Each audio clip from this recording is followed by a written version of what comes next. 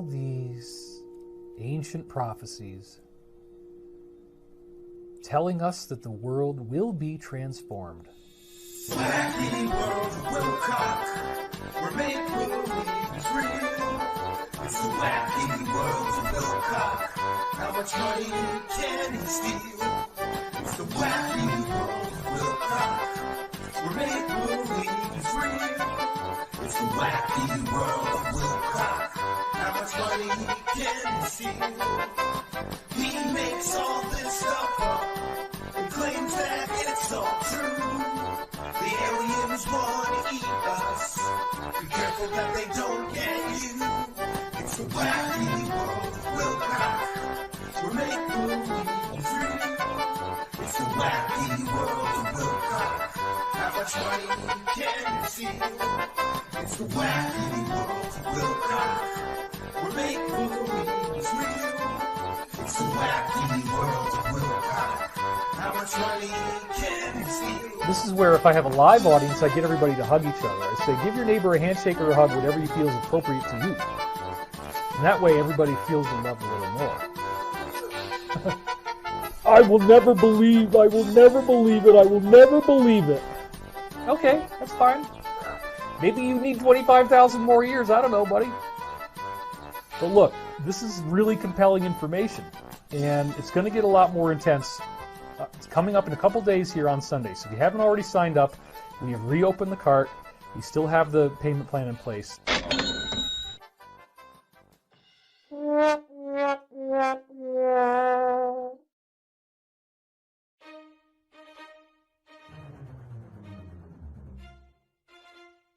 That account, I believe, is real. I've watched it for a long time, and he says a lot of really provocative stuff there that has definitely caught my attention on many, many occasions. I've heard this briefing many times. Incredibly, incredibly sad, but probably a lot more than just what it looks like on the surface.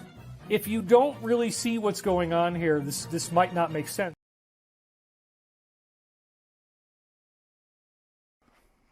You think I want to be up here on this fucking camera talking about this shit?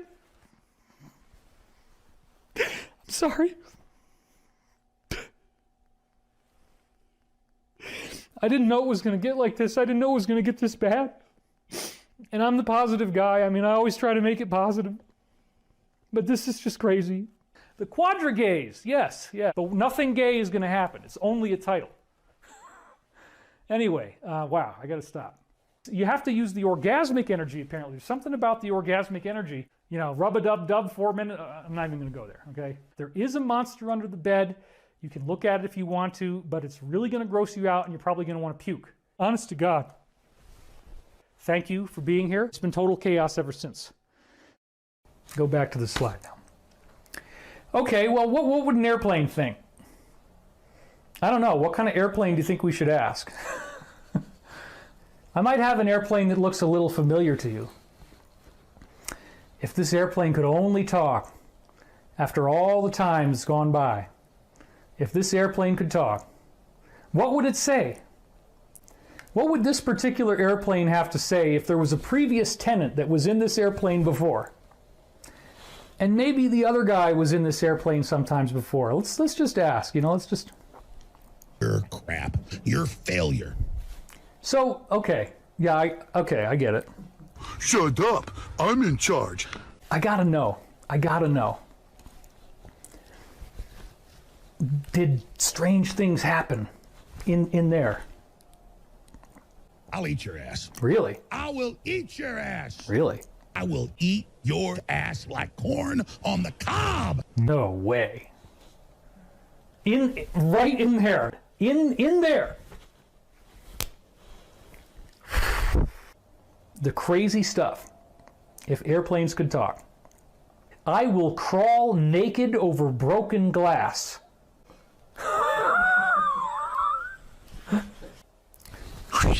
It would have been fine if it wasn't for you meddling kids. She actually said that. I was there. Scooby thinks that it's a monster, you know, oh, give me Scooby snacks. They're psychopaths. Do you get it yet? You cannot be gay. You don't get to complain. You don't even get to have a voice if you complain.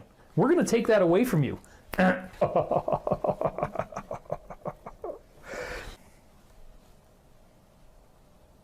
Wow, I can get both of them going. Look at that. I can do it both at the same time in different ways. Isn't that amazing? How does he do that? How is it even possible? And why is he so awesome? And now I'm jealous, desperate, and needy all the time. Well, yeah. Well, we're not going to talk about all that stuff. My wife wants to go for the jugular. I'm not ready for that yet. I know what you're talking about. And by the way, you can be going on all different camera angles as I do this. Just keep taking it from different shots. And let it go. But wait a minute. Oh, there's so many things I could say, folks. And I said I'm not going to do any fundraising, so I won't. I got to not do it. I got to not do it. I'm David Wilcock. Thanks for watching.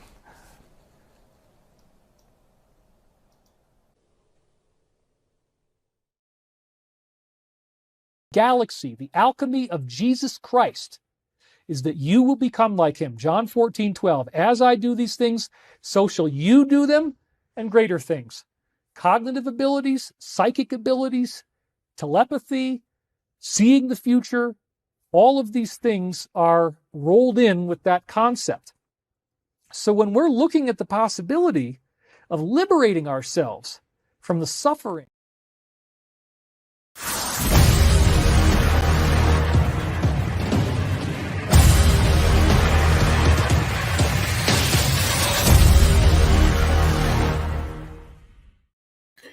Greetings and salutations, and welcome back.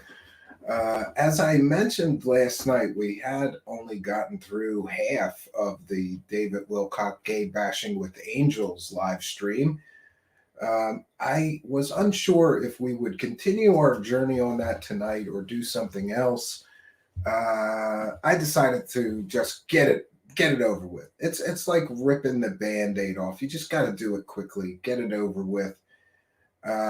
And interestingly, I am hearing some rumblings that David Wilcock was upset that people didn't like his gay bashing jokes.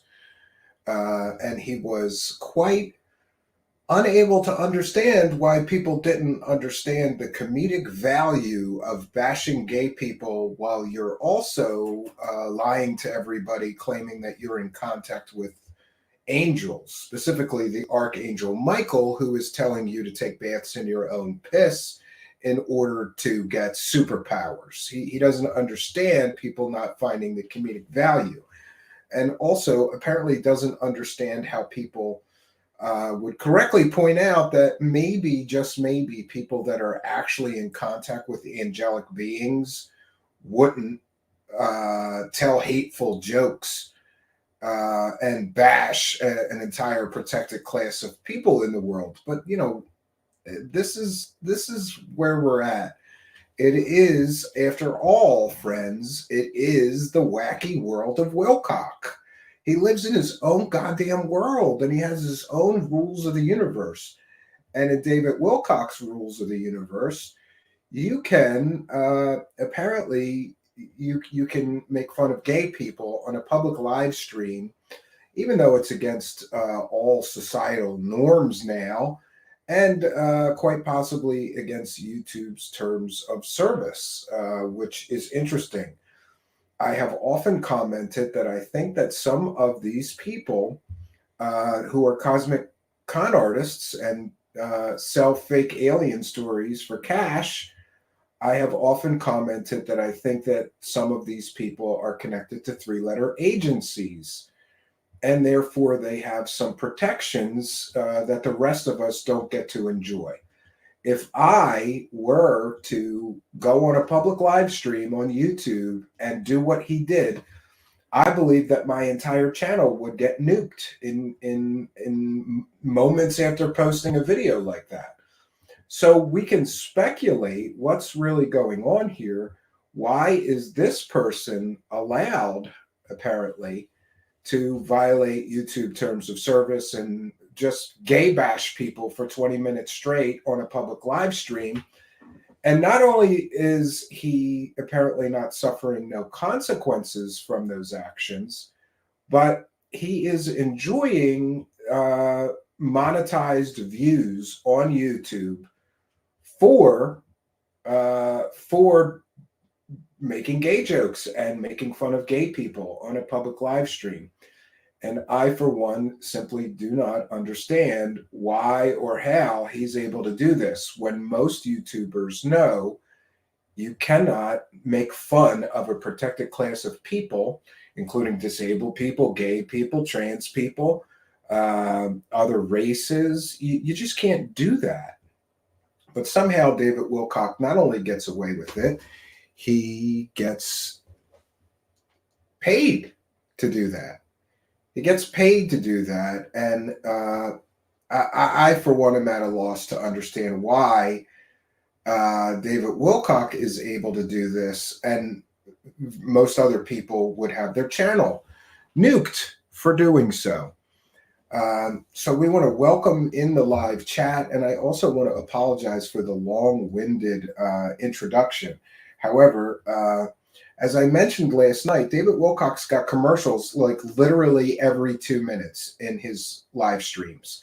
He takes the time after talking to the Archangel Michael to put commercials every 2 minutes. So if you want to hear those angelic messages that he's getting from archangels, you have to suffer through ads every 2 minutes. And of course, we know that all the angels are okay with you making bank off of the messages they're giving you that they want you to share with humanity, right? Because that makes sense. Don't give these angelic messages to humanity. Sell it to them. Sell it to them. And this is where we're at. Now, one other bit of business that I need to take care of. This is interesting. You know what I love about Windows? I love that Windows waits until you're doing a public live stream to say, oh, your computer's just about out of hard drive space. You better free up space. Great, great, because I got time to do that right now. Oh, we just got to hope there's enough to get through this stream. Okay, so before we begin back on David Wilcock's stream, we've got one more hour to get through. Let me see if I can at least empty my trash here. That might help something, right? It should help. It might help. Who knows? No, I don't think so. 1 second, friends. I apologize for this. A live show. We roll with the punches, right? That's what we do. No, it's not even going to let me empty the trash. Great. I'm getting a spinning arrow. Great. 1 second.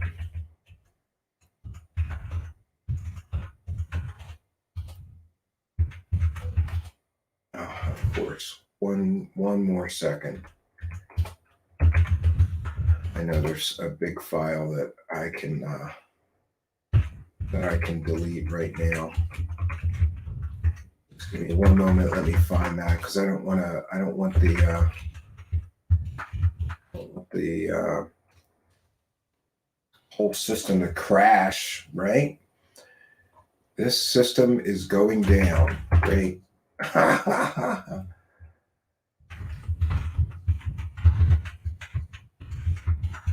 All right, 1 second. I'll just delete a few big files that I know where they're at, right? Sure. This is just, I really want to run this show on Linux, right? But it will not ever. StreamYard does not play nice with Linux, so I'm forced to use Windows. It's that or Mac OS, and I don't, quite honestly, I don't know which one is worse. Okay, so I've deleted some stuff. We should be okay. I apologize for that. So I wanted to start, before we get into the video, with this article that I found, which I think is pretty funny. Yeah, it is UFO conspiracy theorists offer salvation from the crisis for $333, and it sounds like a bargain.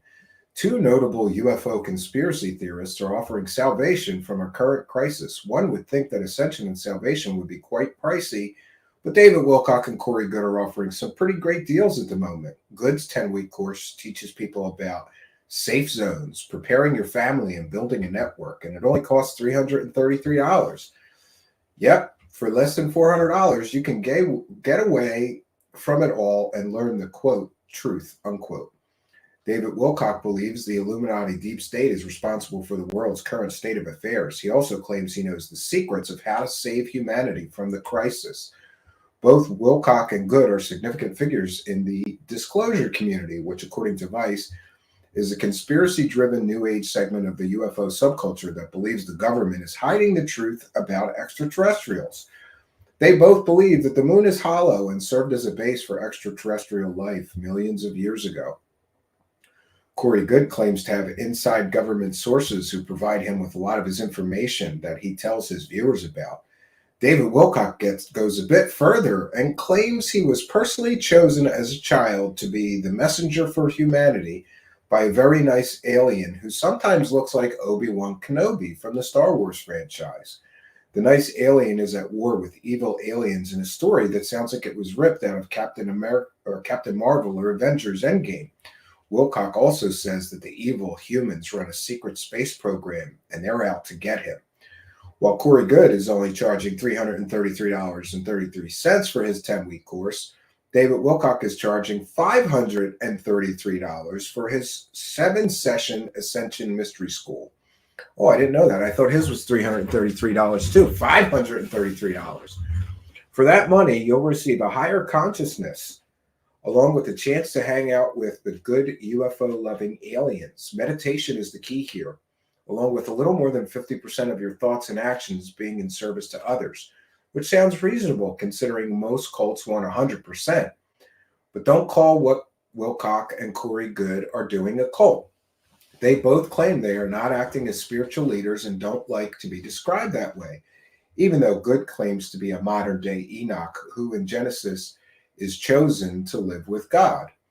The world is currently going through some pretty weird times, but David Wilcock and Corey Good want everybody to know they've known about this for a long time. And if you'd like to know what they know, if you need to take out your wallet. Collectively, they have large followings on social media and were both recent guests on Jenny McCarthy's, well, it says popular. Jenny McCarthy's radio show got canceled, but it wasn't popular. Jenny McCarthy's popular radio show, where they spoke about their UFO and deep state beliefs and reached millions of people in the process. I don't think that they got that many views. Business appears to be quite good for at the moment. Vice was first to reveal David Wilcock and Corey Good's salvation plans. So interestingly, we're not the only people that are being very critical of these guys selling salvation to desperate, vulnerable people. I think it's interesting. Vice also did a similar article, which I think that one was sort of nicked off of. And interestingly, I was one of the sources, I believe, for that original Vice article. So I mentioned apologizing for the long-winded introduction. As we saw last night, I'm sorry, I got sidetracked. As we saw last night, David Wilcock has commercials every 2 minutes. So I wanted to upload the video separately so we won't get stopped by a commercial every 2 minutes tonight. But it's important to note, and I'm just going to keep hammering this point, if you were really in contact with angels, when the angels say, stop putting commercials every 2 minutes, just get the message out to humanity that we're giving you, right? No. The Archangel the Archangel Michael wants David Wilcock to make as much money as possible from their relationship. This is absolutely, positively stupid and ridiculous, childish and nonsensical. I don't believe angels want you to monetize videos on YouTube with their messages in them and make as much money as you possibly can from this nonsense and prophetic nonsense. But, you know, it is what it is, and this is where we find ourselves. So I apologize for the long-winded intro. I had forgotten completely to upload that video to a separate source, and so I did, and then I'm like, oh no, it has to process. We need 10 minutes. So I apologize for the long-winded intro. Yeah. So we are going to delve back into this video tonight, and I think maybe, just maybe, even my audience is getting sick of this clown and his ridiculous nonsense. Maybe we should have did something else tonight, but we're gonna get right in there. And I retitled David Wilcock's video too to be David Wilcock live gay bashing with the Archangel Michael on YouTube. So we're gonna share the video. This, and we're going to put up our fair use banner as well, because this is a transformative work, and we are educating the public about New Age guru David Wilcock selling messages from aliens for cash, or excuse me, selling messages from angels for cash. So this is fair use. It's a transformative work. We're educating the public and critiquing the video that we are sharing, which you can find on David Wilcock's YouTube channel under a slightly different title. But I thought it was a good idea to retitle it appropriately. So I called it Live Gay Bashing with the Archangel Michael, because everybody knows that archangels love bashing gay people, right? And if you're really in contact with angels and you're bashing gay people on a public live stream, while also talking about your angelic contacts, that makes absolutely no sense whatsoever. It is ridiculous. It is stupid, childish, and nonsensical.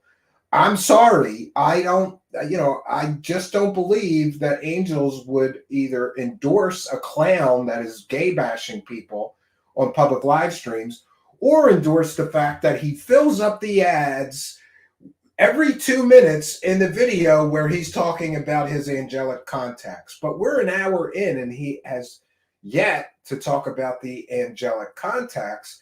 In fact, like I said, yeah, we're an hour in, and he just now is getting, friends, just now getting to the angelic contacts, which, he babbled, he bashed gay people for, I think, the first 20 minutes. Or no, the first 10 minutes he talked about his costume, magician costume with the gold leaf that he bought, right?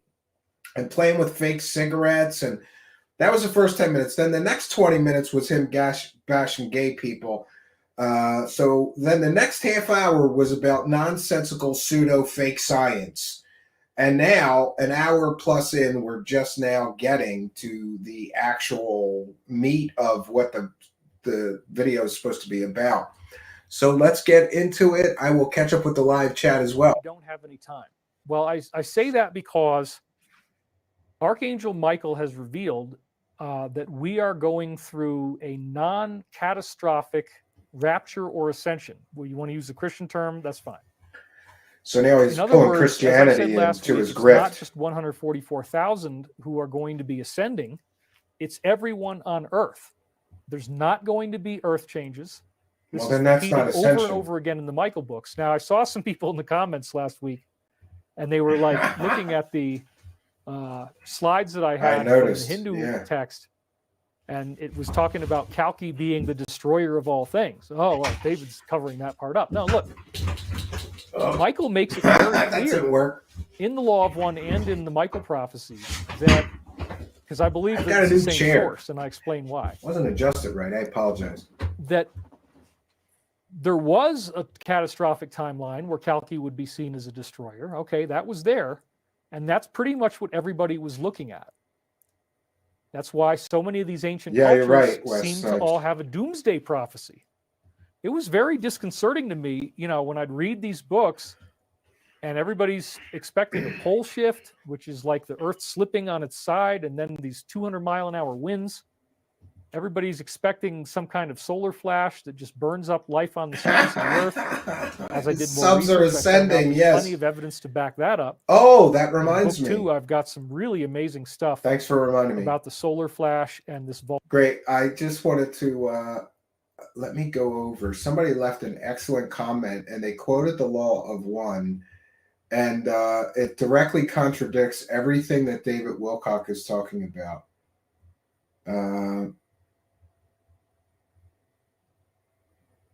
Oh, 1 second. Now I got to find the comment. Oh, here we go. This is interesting. And this is from Mayar, who says, "Hey, Steve, you might find this interesting. Even David Wilcock's favorite, The Law of One, warns against what David is doing. Check out this quote from The Law of One." And here's the quote: "I am Ra. It is entirely possible for the untuned channel, as you call that, service to receive both positive and negative communications. If the entity at the base of its confusion is oriented towards service to others, the entity will begin to receive messages of doom.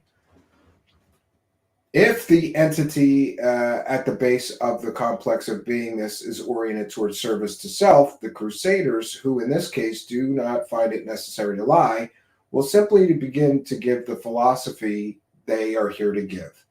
Many of your so-called contacts among your people have been confused and self-destructive because the channels were oriented towards service to others.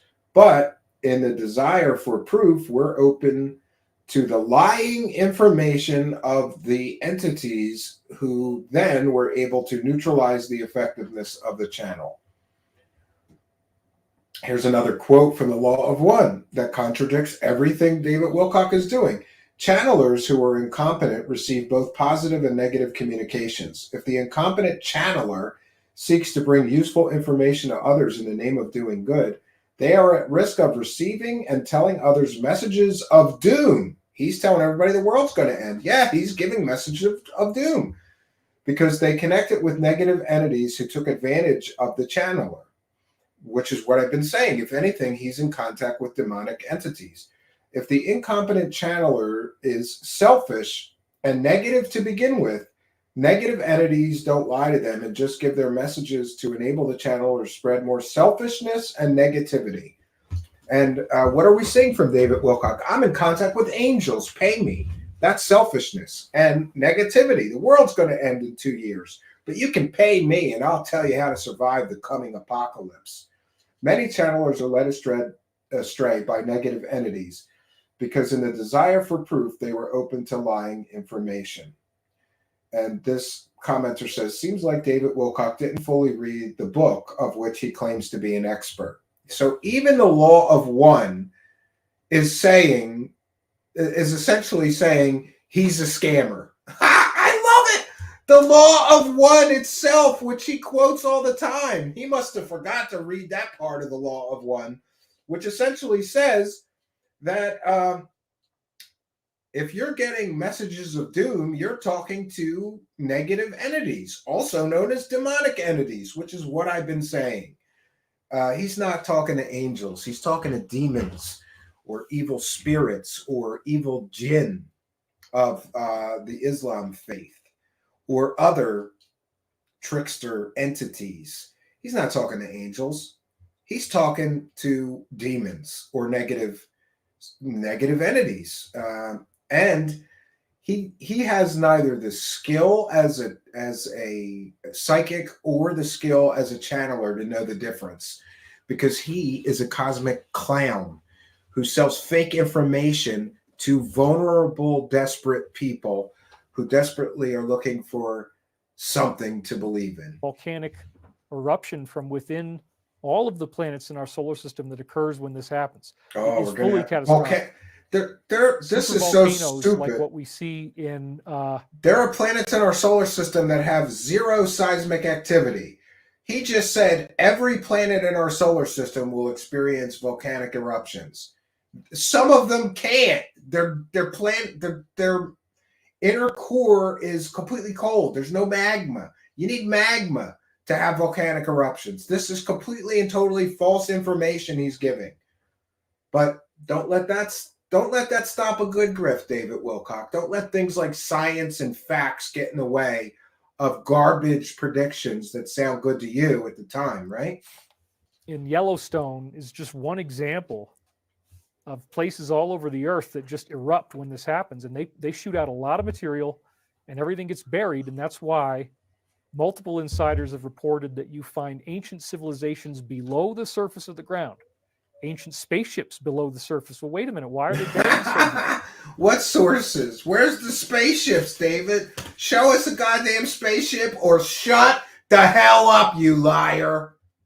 Because periodically the earth does what the law of one calls a harvest, and part of There he harvest is, is quoting the tilling law of the of one. soil.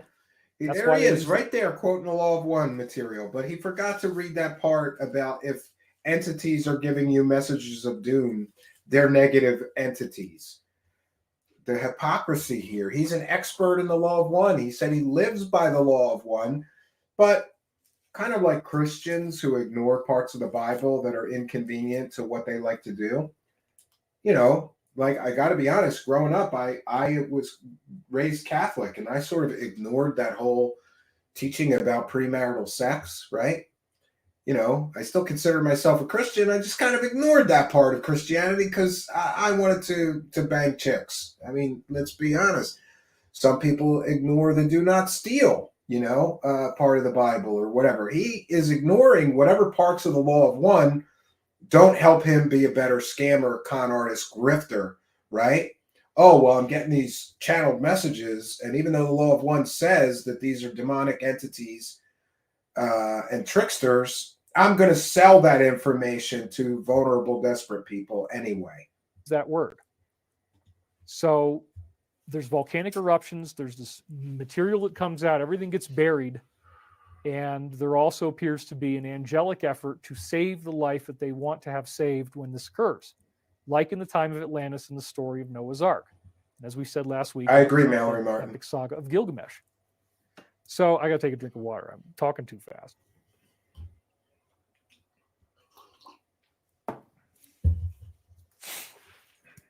It's incredibly fascinating to me that this situation has occurred. Remember, you got to have a new camera angle every 2 minutes.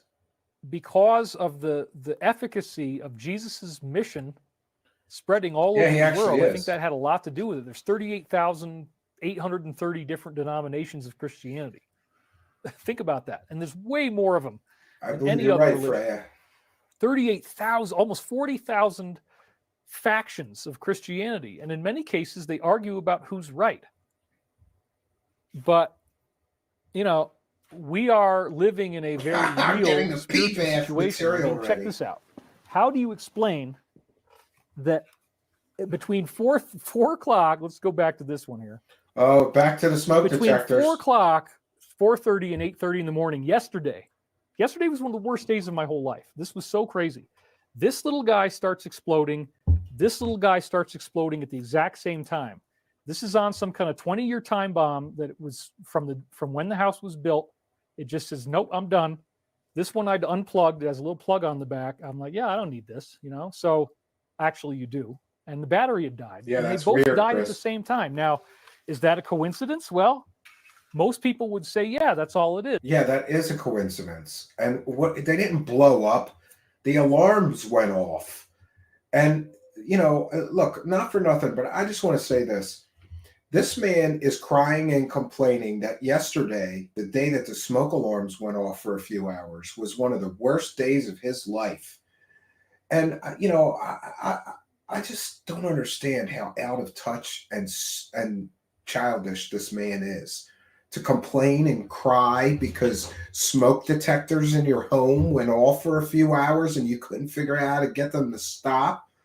I mean, yeah, that's kind of a crap thing to happen, but is it really the worst thing that's ever happened to you? David Wilcock, God bless you if the worst thing that's ever happened to you is that a couple of smoke detectors in your house wouldn't stop beeping for a few hours. Do you know right now there are veterans all over the United States that are homeless and sleeping in tents or cardboard boxes or worse? There are suffering people all over the world. There are people who don't get to eat today.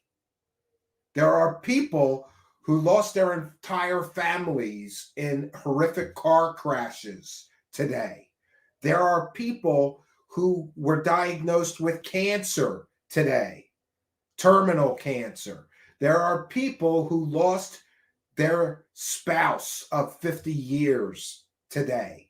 There is untold amounts of suffering and war and human trafficking taking place on planet Earth And you are saying the worst day of my life was yesterday because some smoke alarms went off for a few hours and I couldn't get them to stop. And I'm so stupid, I had to call the fire department to help me.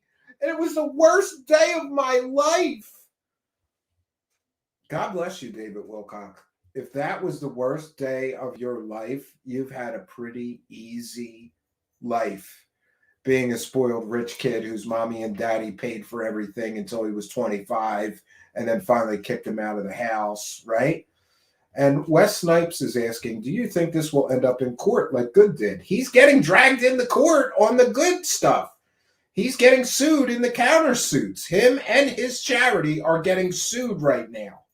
He's ended. He's getting dragged into court, Wes Snipes. And we will bring you updates on that, but it's moving incredibly slowly. So who knows?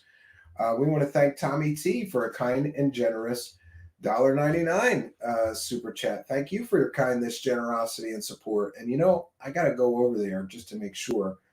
Let me check. I just want to make sure that we didn't miss any others. No, I guess we did not miss any others. So that's good. Well, thank you, Tommy T, for your kindness, generosity, and support. Never let the truth get in the way of a good story. That is part of the Cosmic Con Grift School that they all ascribe to. You got it right. Thank you for your kindness, generosity, and support of the show. Oh, I lost it. Let me put that back up. And then we have Lord Ludicrous Plaid. Please use super chats for a gold leaf jacket. I'm getting one. I will get one, Lord Ludicrous. Just because you said so. I'm going to treat myself to a gold leaf. Actually, I know a lot of magicians. I could probably get one cheap. Those stage magic shows. And we want to thank you for your kindness, generosity, and support. Longtime show supporter, Lord Ludicrous, and for being a member. Thank you as well. And we've got Deb from SAC that I need to thank for two things, both being a channel member and a $4 super sticker. Thank you all for your kindness, your generosity, and your support of the show. First three super chats of the night. We're praising the cash tonight. Praise the cash, praise the cash, praise the cash. Praise the cash. Thank all of you. Praise the cash. Hallelujah. Amen. Yeah. So, this is the kind of stuff that drives me nuts about him. He's living in a multi-million-dollar mansion complaining that he's trying to make it through the winter in an uninsulated cabin, Or, hey, smoke detectors went off and this was the worst day of my life. Stop crying. Talk about first world problems. But it turns out that we are in some kind of a spiritual war. So what happened to me yesterday was a negative greeting. This is where you get attacked in this very strange way. How in the world do two completely, you can see they're totally different. One of them is made by First Alert. The other one is made by BRK Electronics. Okay. Oh, that's so bad. I don't even know if they share any of the same parts. And yet they both died at exactly the same time, so that these guys are in my house for 90 minutes and we're in a panic because we keep trying to stop the beeping, but we can't find the other beeping. We stop one of them and then the other one is still going. It was really bad. My dog got very traumatized. Yeah, my wife likes that all over stuff. herself. It was absolutely insanity. Of that stuff. And I actually cried really hard this morning because it was just so insane. So insane. But I said, you know what? He cried. Look, this man cried, everybody, because smoke alarms were going off in his house, and he had to call the fire department, and they couldn't figure out how to get him to stop. And no, Operation Shutdown is asking, did I call his local fire department to ask if they got any calls to change the battery in his smoke detector? No, but I'm going to do it. I am going to do it, and I'm going to make a whole video about that Operation Shutdown. And by the way, thank you for being a member. And we also want to thank Chris G, Super Kick City, for a kind of generous $5, who says David was AR'd and eaten by aliens, but the smoke alarms. Yeah, you're right. This man said he was molested or sexually assaulted by reptilian aliens who then ate him. But now he's saying that the worst day of his life was the smoke detectors going off. Like, none of this shit makes any sense. This is a pathological liar. He can't remember the past lies that he told. So the new lies, everything gets confused by a pathological liar. He doesn't realize that. Thank you, Chris G. Super Kick City, for your kindness, generosity, and helping us to praise the cash. What an excellent point. I don't know how I missed that. Thank you, Chris G. Praise the cash, praise the cash, praise the cash. So David Wilcock previously said somebody tried to murder his wife by cutting the brakes on the car, right? And that he was sexually assaulted by reptilian aliens and then they ate him. But the worst day of his life, according to him, in this latest live stream, is the day that some smoke detectors went off, right? John Chow is here with a kind and generous $2. Maybe there was a fire. I don't believe so. Or maybe he just filled the house with smoke because he doesn't know how to start a fire in his fireplace. We've seen that before. But thank you for your kindness, generosity, and support of the show. Praise the cash! Praise the cash, praise the cash, praise the cash. All right, we've got to continue. We're going to be here all night with this clown. We're only 6 minutes in. I know why this is happening. I know why. He knows why these smoke alarms failed. Yeah. The house is screaming. My dog drags me out into this crazy, crazy windstorm. It's so cold, and I'm only in my long underwear, so I'm getting these cold shocks as I go outside. Yeah, they were. I've got right, basically what feels like cops in my house. They're ripping apart my closet. They're asking me if hard drives are the bomb. Good point, Operator 357. It's very intense. And thanks for being a member. I think that's just a phone, you know. I think that's just a microphone. I think that's just a hard drive. I knew that the reason why this happened was that I'm going to do this show today, and that it wanted me so upset and so demoralized. I agree, Regan. I would this bow is out unhinged grifting and say, I just can't do it. I'm just too upset. I'm too traumatized. And I almost did. But I Maybe said, the you know what? piss This spent is the the detector picture off, perfect yes. example of negative greeting. What are the chances that we have a biblical windstorm? You're right. That we have Owen, two smoke yarn, and alarms fail at fiber. the same Yes, time. you are correct. And I was supposed to be getting a massage yesterday, so I'd be all nice and relaxed for you guys. But then her kid gets sick and she cancels, like the night before, right before. So instead of having a nice, relaxing weekend build up to this, I went through a biblical horror show yesterday. A biblical horror show. I'm asking myself, okay. Listen, have you read the Bible, David Wilcock, you dummy? You went through a biblical horror show yesterday because smoke detectors? Because smoke detectors wouldn't stop beeping. He called that a biblical horror show and the worst day of his life. Could this clown get any more, like, snowflakey or melodramatic? Like, I don't get it. Have you read the Bible? You know, there are like everybody's firstborn son dying. That's a biblical horror show. The plagues of Egypt. That's a biblical horror show. Wars, famine, destruction, right? Apocalypse. That's a biblical horror show. But according to David Wilcock, some goddamn smoke detectors beeping for a few hours is the worst day of his life and a horror show. Is this just a really bad thing, or was there more to it? Well, it's weird, right? How do you get two completely different smoke alarms failing at the same time? They both have when the you start batteries to put them in at understand the same that matter time. is You made dummy. out of this geometry. Oh my The God! geometry is Now really he's going to bring in the just fake vibrational science. frequency. He's got to explain it. Now you're getting past the notion of particles, and you're getting into the idea of consciousness. That consciousness can project into a machine, whether it's a positive or a negative consciousness, because there is evil consciousness. That's what I believe this was. It was a very, very intense evil I didn't attack. get a message and there was beeping. Because, it was you know, like burning that in a lake pitch of that the smoke flaming alarm corpses. is kind of right there at the same pitch point of like a child screaming to death. That's what it sounds like. You're My probably dog was right, so upset. Seabird. Now, granted, it only Does happens crack every 30 smoke? seconds, but it's Yeah. very loud. It echoes. Yeah, I'm going to add that, T-Bird. When I call the fire departments, I'm going to ask them, if you were in a room smoking crack, would that make a smoke detector go off? Like, we're going to add that to our list of questions, because we got to come up with an alternate explanation of how these smoke detectors were going off for 2 hours. Maybe, T-Bird, somebody was just smoking crack right near the smoke detector for 2 hours. Jesus Christ.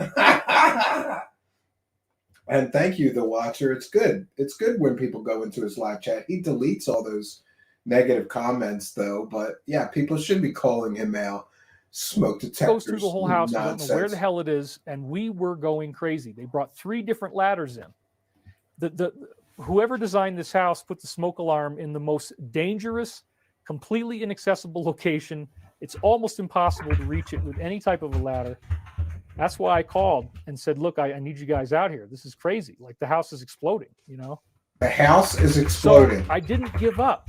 I didn't stop. I still did the show right after. I mean, I felt so bad, but I'm like, you know what? I'm just going to do this stupid thing where I hold up my shoe and I do this title slate just like this. I'm recreating the title slate now. I got to move my finger brilliant like that. thumbnail. It's like that. So I just posted it. I'm like, what the hell? I'll just say, you know, I'm going to wear gay clothes. I'm going to have fun. They saw his smoking jacket. Yeah. Because I am not going to be deterred by that this 180 evil IQ. Yeah. stuff. He can't figure out how to get a smoke Just left me detector to to the stop point where I'm beeping. like shaking with But he's trauma. smarter than I Einstein. literally was shaking with trauma. It was so bad. So it's important to understand that there is a spiritual war going on in this world, and that there are entities that A feed delicate into flower. Either side. So Oh yeah, where are you at, Thin Lizzy? the law of one You has were supposed to be here. You're making me do this shit myself. Oh, but you know, I did forget to send you the invitation, so I'll send it to you on Discord. If you want to join, you can. If not, it's okay. But I will not be held responsible for any of the hornballs in the audience. Oh, you did send me a message. Oh, pentagram dress. Nice. I have sent you, Thin Lizzy, the invitation to join the show. I apologize. I had quite an adventure today, guys. I'm hesitant to even do this, but I'm gonna go there. So when I was a child, I never had a big wheel, right? My brother had a big wheel, and then I got a hand-me-down big wheel after my brother had all broke it, and you couldn't even ride it. The front wheel was all smashed down, and I don't know why, but on YouTube there was the Green Machine, and my son and me came across a video of the Green Machine, a Huffy Green Machine. If you ever seen it, it's the coolest big wheel ever, and the thing is, you pedal the front wheel, and you've got these controls, and the back wheels turn. It's the coolest big wheel ever. So on a whim, I went looking on Facebook Marketplace to see if I could find one, and maybe I could heal some of my own childhood trauma of never having a big wheel. Least of all, the Green Machine. I lusted over a big wheel, but especially over a Green Machine. But I was able to find one for Xavier, so he's already testing it out. I need to pump up the front tire and lubricate the back end a little bit. It's a little tight, but anyway, I was running around trying to get a Green Machine. This stupid mission, like. I thought to myself, I go, well, I never had one, but my son would enjoy that. So I went and got one. Yeah. So we'll get back to we'll go back to David Wilcock now. But I just had a hectic day. I made dinner. I got my kids off the bus. I went and found it and bought a Green Machine for my son. And we tested it out a little bit. I just had this crazy hectic day, and because of this, we were supposed to have Thin Lizzy Borden on as a guest. She's saying crack don't smoke itself. I sent you the invitation in Discord. So if you would like to join, let me make sure I did that right. If you would like to join the show, you're welcome to. But I think I saw that you're like at a friend's house, maybe, or something, maybe unable to. In that case, no worries. We'll finish the rest of this ourselves. Oh no, I did. I send you the StreamYard link. So, there you go. Oh no, that's not you. That's David Wilcock. All right. We might have a guest tonight. Some very interesting perspectives on ascension and how this all comes together. So I want to do these slides now because I'm right on the oh boy, more slides on the topic here. So again, the idea is Archangel Michael. If you read Michael Prophecies, which I highly recommend, we have it still on discount. There you can still use the pitch coupon code ASCENSION. That's ASCENSION, Ascension. You can type it all uppercase or lowercase. We've got it now set for everything. If you go to thedisclosure.com, type in Ascension, you'll get. It's so good when you could get your BS at a discount, right? You could get your fake information at a discount. It's like he's got fake information from angels on sale this week, friends. $22 off. And what I'm doing, and I got to make sure I explain it really clearly. $22 off. Get confused. Archangel Michael, as I said before, dictated what now has become 5 books through. No, he claims Archangel Michael dictated 5 books to him. He has no evidence or proof that the entity he claims to be in contact with is actually the Archangel Michael or even any angel. He has no proof. He has claims. He claims that the Archangel Michael is in communication with him. But again, I'm going to keep hammering this home. Angels would not want him selling their messages for profit, for money. That would be sinful. Through me from November 1996 to the end of 1999. There's some additional material after that, but I haven't worked it into this edition yet. Maybe I'll use it later. It's probably going to end up having time loops. Oh, 1 second. All I've been doing now. No, look, it all works out. 1 second. Look, there she is. There you go. Oh, why are you small and me big? There we go. Welcome. Hey.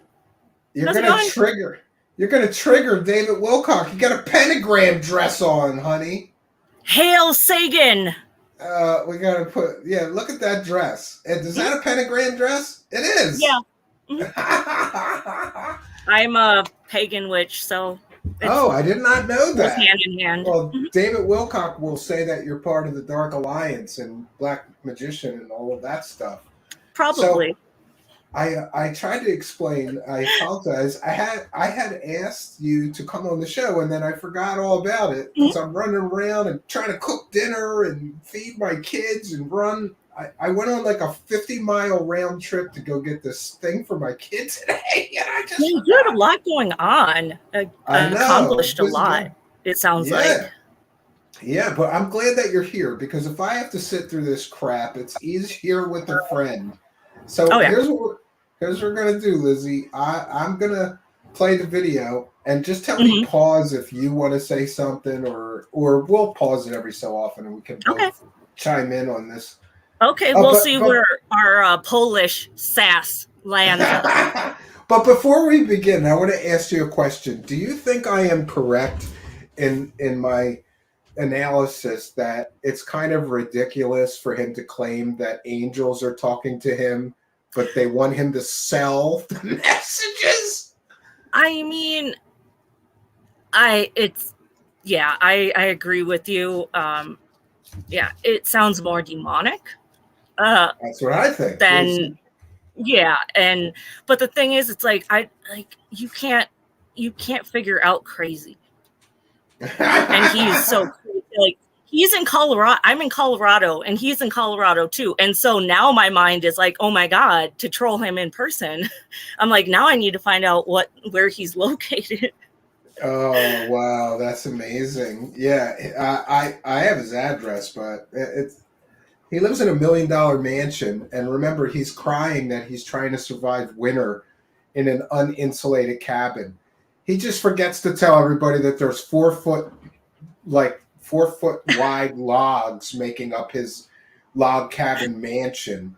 He doesn't need insulate. You don't need insulation if your house is made out of 4 foot wide logs, you know? Or with that big of a head and hair. All right, well, let's get back to this. Yeah. We got a lot to Almost go. 2 years living in this house, which is utterly doing the completely pitch now. unsuitable for the winter, by the way. This is really only a summer house. He's saying his house is unsuitable for the winter. Incredible difficulty with wind and with cold. It's 8 months of winter a year. It was very cold this morning, as I said. It was snowing yesterday. Yeah. Wet snow in April is what we get, so it's hard to walk through. Could you pause it? All of these things. Yeah, I was going to pause it anyway now, because he's complaining about the snow, Lizzie, but in a previous video, he showed that he hires like a company to come and shovel his walks and plow his driveway and everything. So it's not that inconvenient if you're paying somebody to clean it up for you, right? I grew up in Minnesota. So that's the brutal winters. And so moving out to Colorado, like this shit is, sorry to cuss, but this stuff is mild. So the fact that he's complaining like that, like, yeah, it gets cold, but it's like I lived 28 years in a frozen tundra. So I don't get any Minneapolis is like Minneapolis. I was there once and it felt like Hoth to me. It was just ice everywhere. And that's the memes. I lived in Green Bay. I survived one winter there. That's all it took. And I was like, I got to get the hell out of here. Yeah, I mean, below winter, no thanks. They do say in Minnesota that Wisconsin is the Florida of the Midwest. So, yeah, but it gets cold there too. I mean, yeah, it gets equally as cold there. So to hear him talk about it is just like, oh, come on. Like, come on. And the smoke detectors going off was the worst day of his life, Lizzie. I was saying like it. I'm surprised he didn't have any like, this is the message that I'm receiving. I'm receiving downloads from the fire detectors, or that like I'm surprised he didn't like look at it for like Morse code type thing. But it's just I don't know. I don't understand. Ridiculous. This guy is a pansy. Like that's the only way to say it. Like, oh, smoke detectors went off. The worst day of my life. It's so ridiculous. Definitely. Let's see what else he has to say. We got a lot of this to go through still. Looped in. So the stuff that Michael was saying in the 1990s is now... By the way, he has no proof that Michael said these things in the 1990s, just his claims. Like button hooked with what I'm doing today, like a time tube, where if I have something going on over here, and this is what we call the present in 2023, it's showing up over here in the readings in the 1990s. And I think that probably the most compelling and stunning aspect of this material is the sheer redundancy of how many times they demonstrate accurate prophecy. And so... To my knowledge, David Wilcock has not once demonstrated accurate prophecy, but he has demonstrated completely wrong, totally wrong prophecy 100 times, you know? What I've been doing is I literally did run out of money.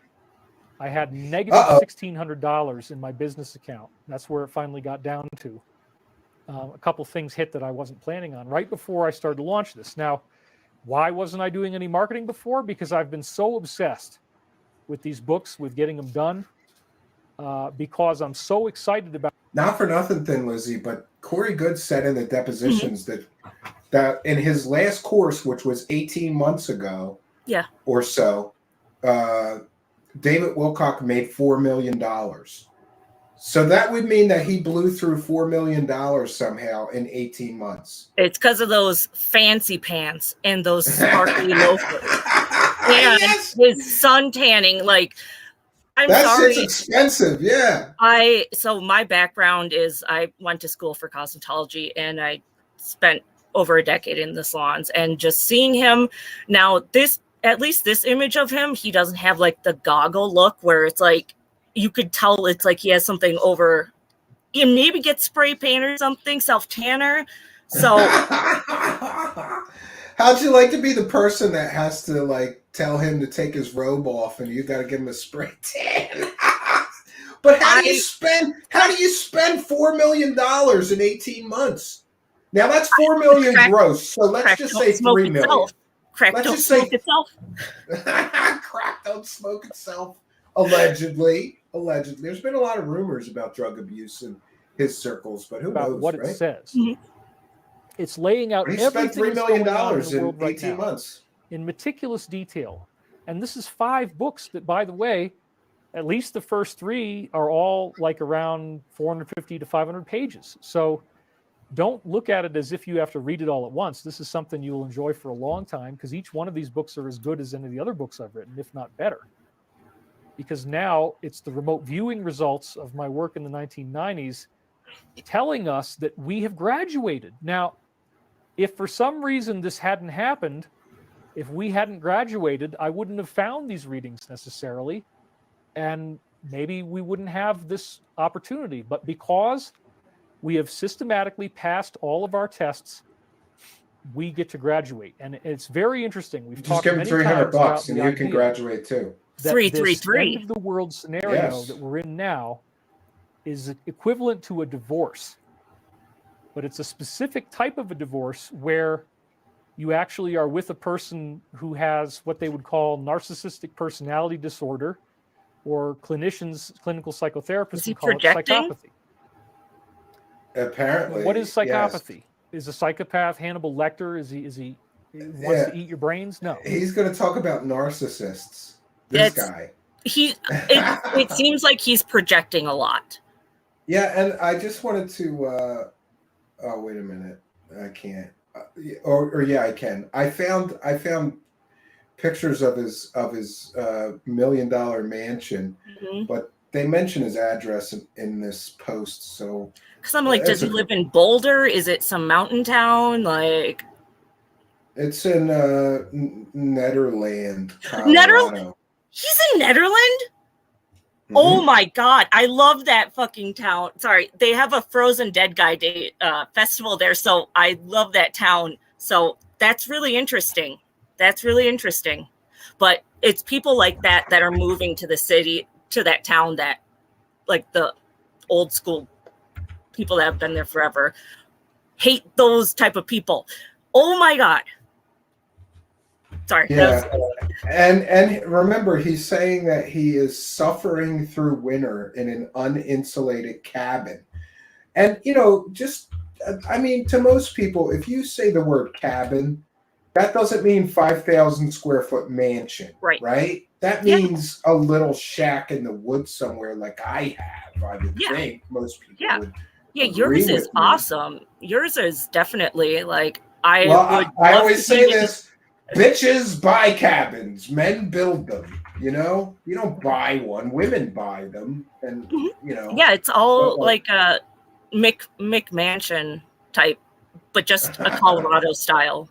Yeah, I'm saving off those pictures so that I can show this. And by the way, we have shown this before. This is public record. I'm not going to be sharing his address, but you can find on like realtor.com sites like pictures of his palatial 5,000, I think it's 5,000 square feet. I'm going to check mansion that he's suffering through the winter in,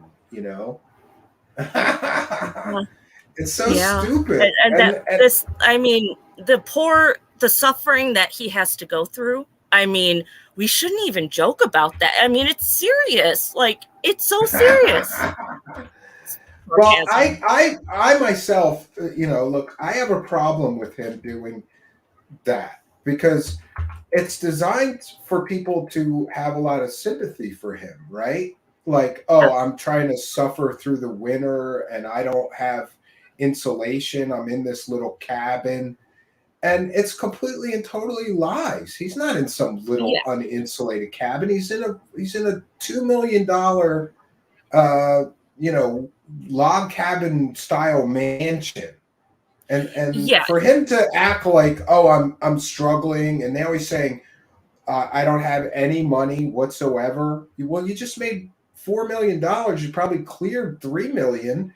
Why should anybody feel sorry for you and send you money if you just blew through $3 million in a year and a half somehow?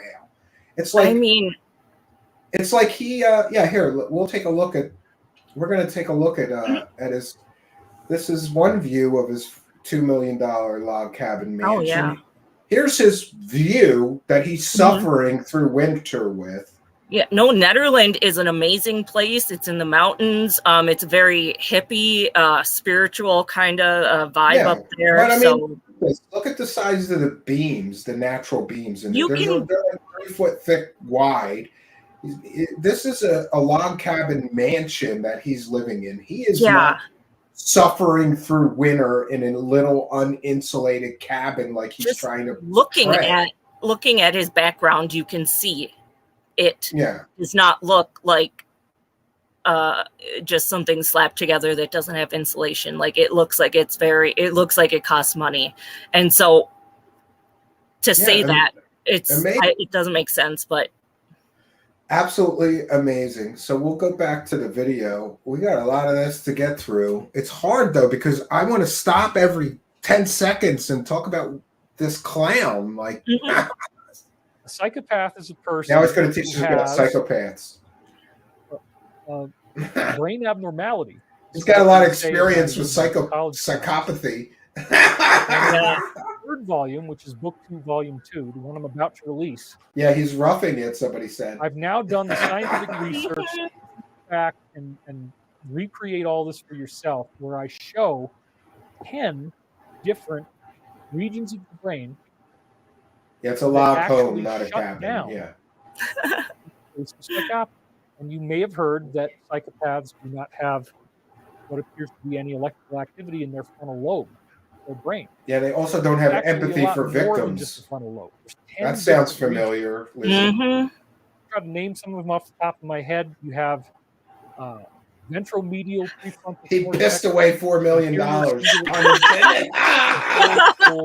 oh god, the hippocampus, the hippocampal gyrus, innula. I mean, just what I've thrown out right there.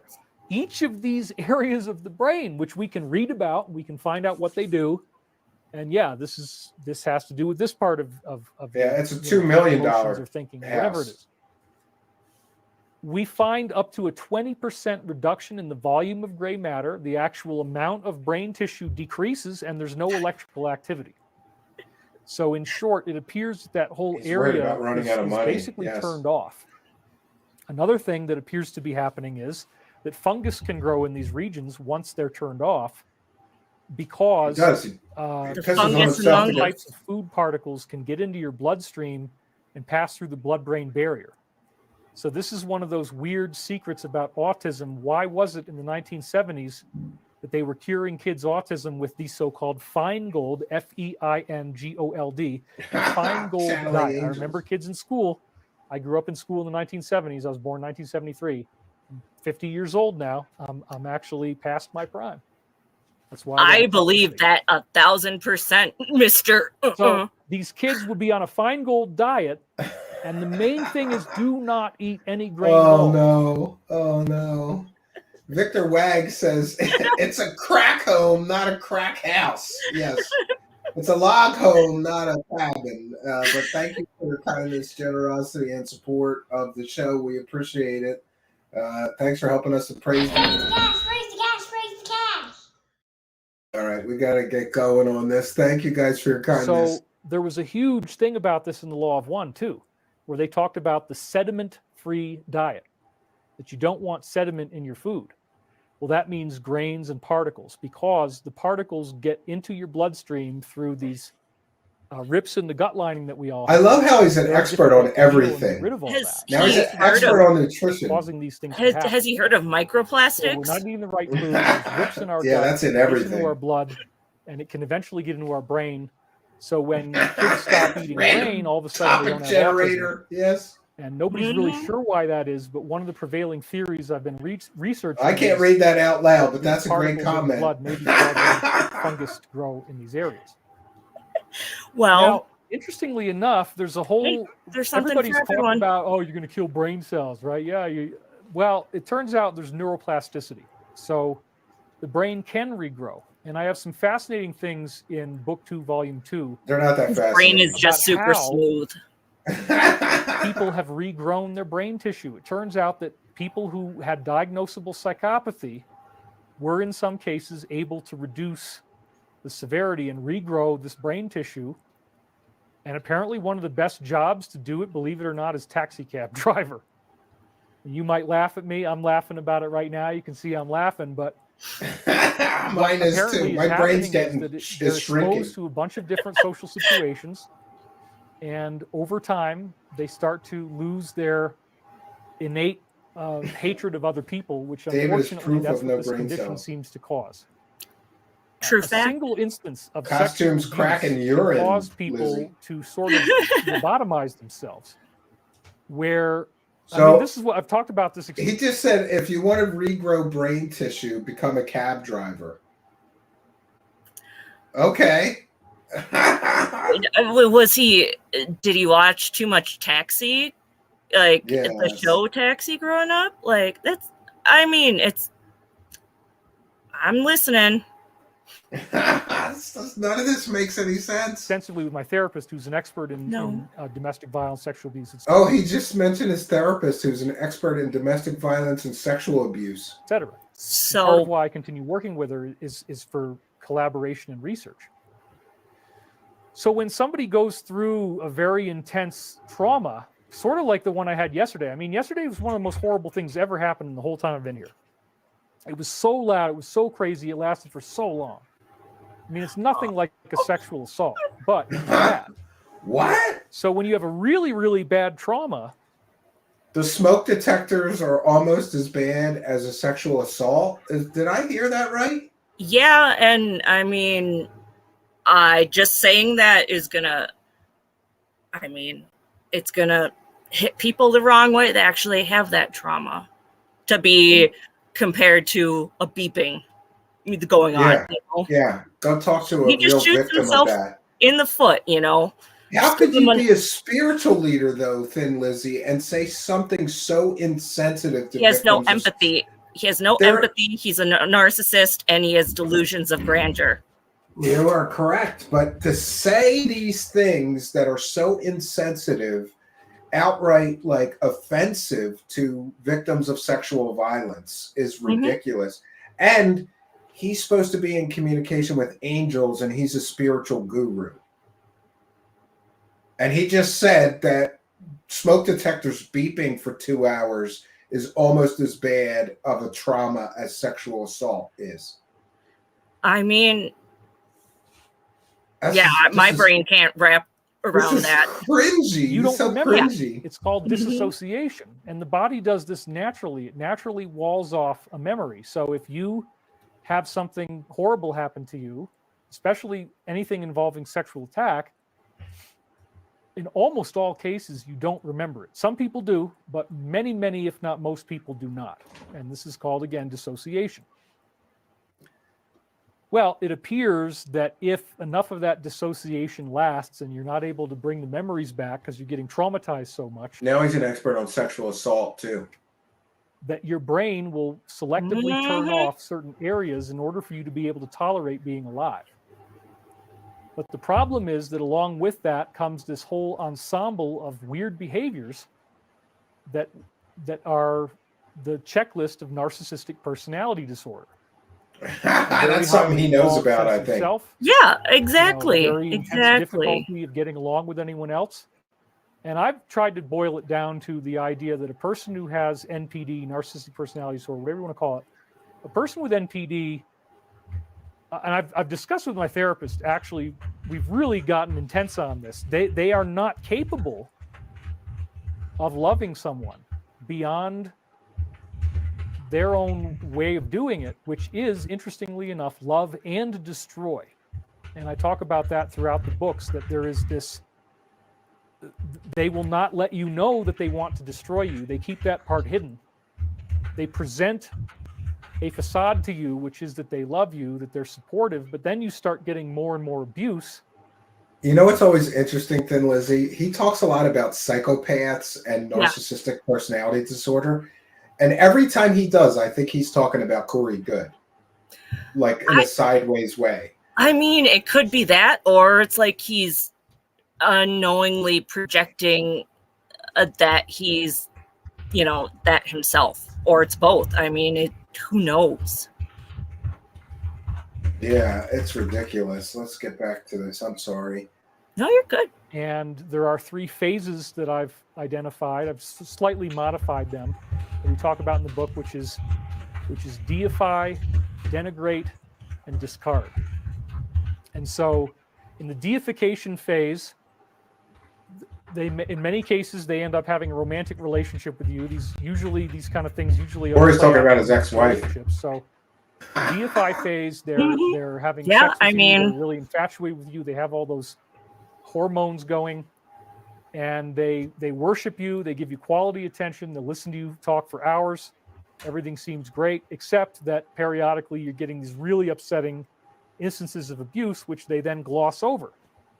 And that's called DARVO, deny, attack, reverse victim and offender. I wonder how much money he's wasting on therapy to learn this stupid terminology that I he can mean, weave into his nonsense, right? It could be, where some of that money went to. And instead of maybe once a month meeting with a therapist, he's probably meeting multiple times a week with them, Yeah. If you ever try to get close to their behavior, if you ever try to talk about the problem, if you ever try to heal our relationship, whatever you want to call it. And again, I studied this academically in college. It's been a key interest of mine all these years. He's They do this interested in thing called narcissism. DARVO, where Yeah, the he more you is. try to get to the problem, Oh, yeah. the more that all these other bad things start happening.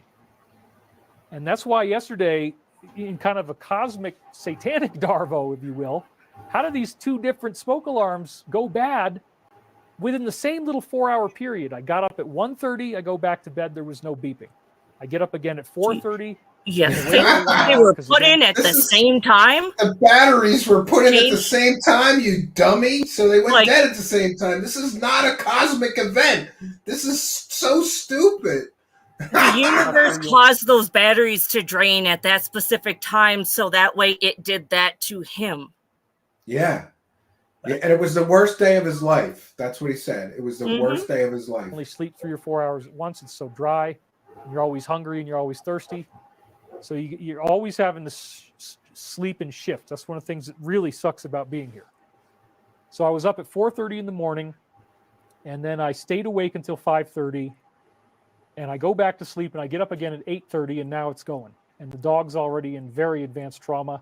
She's drooling. She's, demanding to go outside immediately, or she's going to crap on the carpet. It was very intense. The dog was And I know my traumatized. dog, and I know when she's that sick. So, yeah, this is a DARVO. This is something saying that the video that I'm going to do today, which I'm now at 90 minutes, it's probably about enough time, and we'll pick it up next week. I want to keep going. I want to keep doing this regularly. So, Oh boy, we're gonna have to do the this shit DARVO again. thing Lizzie. is a very significant issue because, again, Archangel Michael's primary message is that we have the good guys and the bad guys in the universe, but the true law is one.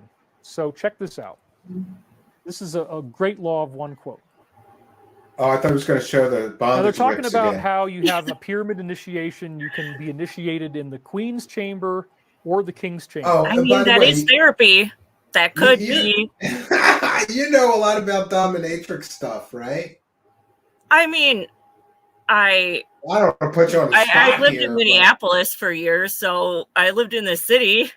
But he showed this stupid thing that he called a whip. I was like, "That's not a whip, you bitch. That's like a toy. You just like Like a riding crop? Like, yeah, that's what he showed. He showed a riding crop. okay. That's Yeah, not going to no, that- inflict a lot of harm or damage or That's- pain on somebody. That's I mean, if he that's a doesn't have beginner's. horses, then that's indicative of that kink. Yeah, but that's like a beginner bondage toy. That's not like a serious thing. That's like a playful thing, right? Well, he's vanilla, so it's maybe he watched 50 Shades of Grey. Oh. Yeah, I remember seeing that movie and everybody was talking about it. And me, this is probably too much information thing, Lizzie, but me and my wife watched it and we were like, why is everybody talking? This is so tame and stupid. No, really? Like exactly. I worked at a salon, and I worked with people that were maybe 20 years older than me. So there were these ladies in their 50s that worked at the salon, and when the movie came out, and so they all had like a girls trip to the movie, yeah, and it's like, what's this? And I'm just like, I had to watch it to see for myself, and I'm like, what is this? Okay, like I agree with you. I feel that same way. Yeah, let's see what else he's got to take a drink. As you may know, there's two big rooms inside the pyramid. If you go up the slope, there's one that comes off like this, and that's the queen's chamber is here. If you follow the slope up the rest of the way, it goes out to the king's chamber. So queen and king, like that. Equal so parts talking for about nerdy. what you get from being in the queen's chamber of the pyramid and getting this very concentrated burst of that geometric energy. And branding. Yes. If you can concentrate it and enhance it, you get a metamorphosis, and that's you're gonna beat me during sex. You better do it good. The way you think, it increases your IQ. You got to do it so they can feel it. Loving, compassionate, forgiving person, and I love that. The real message of the Law of One, Archangel Michael, is that the universe is a class. You can hate that. You can say, well, I don't want to learn lessons, and I'm just here to live my life. Called that's him a okay, but bitch. the lessons are going to come anyway. When he's getting paid. And the real lesson is free will. Oh, they call it the first distortion, the most important lesson. Do you know when I did this thing called the David Wilcock Box of Dildos Challenge, and I buried a huge box of dildos somewhere in the world for him to find with his psychic powers and his alien friends and his angel friends. He still hasn't found it.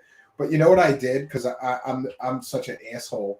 I put a big, huge strap on in the box, and I said that was for his wife. Yeah. You have to. Variety is the spice of life. That was very thoughtful. That's one thing I would never get into. You. You're thinking about him. I'm thinking about what he wants, and I thought him and his wife would enjoy that strap on. It was the biggest one I could find. It was like big and black too, so I thought he would appreciate that. I don't know, right? The universe is hilarious. So if you hurt somebody else, you're actually hurting yourself. And if you hurt somebody else, you're hurting yourself. He sells people fake information. That's hurting other people, I would think. Right? Yeah. You're right. He has no empathy, no like sympathy for his victims that he's selling this garbage to. Accountable for hurting yourself. Yep. It's ridiculous. That's just such an intrinsic teaching. And if we accepted that we're all one, then the type of psychopathy of love and destroy wouldn't happen. You don't feel this anger. You don't feel this grief inside. So let's look at this quote again. This is very interesting. Oops, I had it on the quote the whole time. I'm so sorry. That was my bad. I just, okay. So He's got a 180 IQ. He can't work a live stream. The abandoning of the self to such, let's do it again. Now that I wasn't on it. Okay, there we go. That's what's going on. Now I've got it. Oh, he's got new slides. The initiation in the Queen's chamber involved the abandoning of self. Yeah, and what does the Egyptian pyramids have to do with the Archangel Michael? Like, he just connects all these dots, right? Then, Lizzie? Like, in his head, it makes sense to him, Steve. It makes sense to him in his head. In full. It doesn't make sense to anybody else, I don't think. That's why I highlighted this. Abandoning of self. What is the abandoning of self necessarily? Well, it's talking about. Could be, Davina. Thanks for being a member. If you are beleaguered with narcissism, then you see your body as yourself. And many people wouldn't even realize that you could detach from that. But there is a way to get into a sort of overview perspective. And that's what the Tibetans were into. They taught empty awareness. I don't know, but Tibetan ascension meditation is to meditate on the emptiness of the universe. Interestingly, just to make fun of him, I set up a bunch of multicams, and I don't switch every 2 minutes like he does, but I like it. I like the multicam setup. You do it well. He's doing it, and it's just cringe. Yeah, it's cringe because it's like every 2 minutes he's got to change camera angles, like he's some kind of star. It's just ridiculous. It's the as being narcissism. Yeah. But in my case, I like I start the show with the far away camera, and then I pull the audience in and get a little more intimate. I think that multicam setups have their place and their proper use, but he does it like he's got to just switch. Yep. And he even does this when he did those meditations. He would yell at his wife to change the camera angles. It was funny. Pure awareness, and that is your awareness. And it is creating all of physical reality. So it says again here that you are abandoning yourself to such a desire to know the Creator in full that purified in-streaming light is drawn in through a balanced fashion through all your energy centers or chakras, meeting in your inner eye chakra to open the gate to intelligent infinity. What's the gate to intelligent infinity anyway? Capabilities, actually. Oh, we're going to get the superpowers now. Then, true from life PP. is experienced, or as your people call it, resurrection. No, this comes through the chakras, not the piss baths. When you understand what the Law of One is saying and what Archangel Michael is saying in Michael prophecies, it's a much more expansive view. There we go. He's trying to just connect the Law of One material with his books that he's selling. Mm-hmm. That's part of the pitch. Yeah. Do you like the Law of One? You'll love my new book, the Angel Prophecies. Positive good guy ETs than anything we've seen in religion before. And that really was started with the Edgar Cayce readings, the 1950s human ET channelings, the Seth material that was in the late 1960s, early 1970s, and then the Law of One material in the 80s. These, to me, are the premier go-to sources. And when this contact started for me, I had no idea that I was going to end up in gay clothes with a fetish whip right here. I'm ready to see if you're bad. And if you're bad, you're going to get this. Oh, my God. It's loud, and I will be very gentle. This is a loving, caressing. He doesn't even know how to handle it. He doesn't know. Like you can tell a lot by just seeing that. Yeah, maybe his wife forgot some of her stuff she used to beat the shit out of him with. Right? That's what I'm thinking. And she took her stuff, so he had to go and replace it with something. Or she took her stuff, but she left some things, and he found some of the things that she used to beat him. Yeah, and he can cry at night. He can cry at night in bed holding it like it's a little snuggie, like a little stuffy. But out of those two, I'm sure that his wife was a bigger man than him. So maybe she was into beating him up, or I don't know. Yeah, she could have worn the pants. Lizzie, golden showers bring super duper powers. That's what he says. And it's a funny thing. Years ago, I saw it's one of those like shows where it talks about like people's weird behavior, and they were talking about urine therapy and it going like people cleaning out, like putting it in their eyes. And so I'm just waiting for him to suggest that therapy next. Oh no. Well, we'll see what we got. 20 more minutes of it. You want to stay until we're done, or are you busy? No, oh, thank you, because I don't really want to do this myself. But you kind of I'm glad you're here. Aware that it's coming. That's important. It's a more ethical choice in how you choose to deal with your BDSM gear, which is a key part of your curriculum at Gender Studies University. So, if I'm not trying to do anything other than laugh, because I love to laugh. And I love to make fun of myself. And so, yes, I kind of love this outfit. And it's also like Las Vegas and very ridiculous at the same time. But hey, she left the things she traumatized him with. We got 7,229 people live. That's enough for the meditation. Can you believe this? This guy gets 7,000 live viewers. That is crazy. And there's a lot of dumb people out there. I got to get a gig on Ancient Aliens. Jesus. It's ridiculous. So... Resurrection, true life. What do they mean? What do they mean by true life or resurrection? Well, here we go. They say one meets the self in the center or in the deeps of the being. Who It says is that? analogous to the burial and resurrection of the body, He doesn't give wherein references. the Where did entity he get this dies to from? the self, It's and in through his this mind. confrontation It of makes sense, apparent and that's all loss that and the realization matters to of him. essential gain is transmuted into a new and risen being. And I just realized I spelled new wrong. Ouch. I spelled Knew.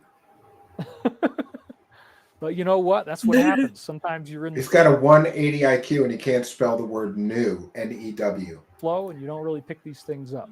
But it's a cute mistake. So there's a lot of cool stuff here because it's talking about the death and resurrection process. That's what the pyramid was intended to do, create initiation. It's very dark and scary. You're walking through this long claustrophobic corridor. The ceiling is way too low. You have to crouch down to get up that ascending passage. It's bad. And then finally, the ceiling rises halfway up, and then you can climb the rest of the way up through what's called the Grand Gallery, and you end up at the top into the King's Chamber. Now, this was talking about the Queen's Chamber because apparently there were two different types of initiation that you could have in the pyramid. You could have a Queen's Chamber or a King's Chamber initiation. His and Yes, hers. Again, they're Queen. saying that there is when you go into the King's Chamber sarcophagus or in the Queen's Chamber, the sarcophagus, you actually lean into a niche in the wall. You know what I always think about when people, when they ascribe all kinds of mythological or magical properties to the pyramids. Yeah. There's no real evidence of that, and there's just as much evidence that those things were grain elevators. Mhm. You know? Yeah, we don't know for sure. Imagine if they were grain elevators, and he's talking all this smack, and they were just used to store grain. You know? Yeah, totally. Yeah, we don't know. So we don't know what they were for, and to my knowledge, no bodies or mummies were ever found in any of the pyramids. Yeah. So to say they were to bury the pharaoh, it might be inaccurate too. In the shape of a human body, roughly.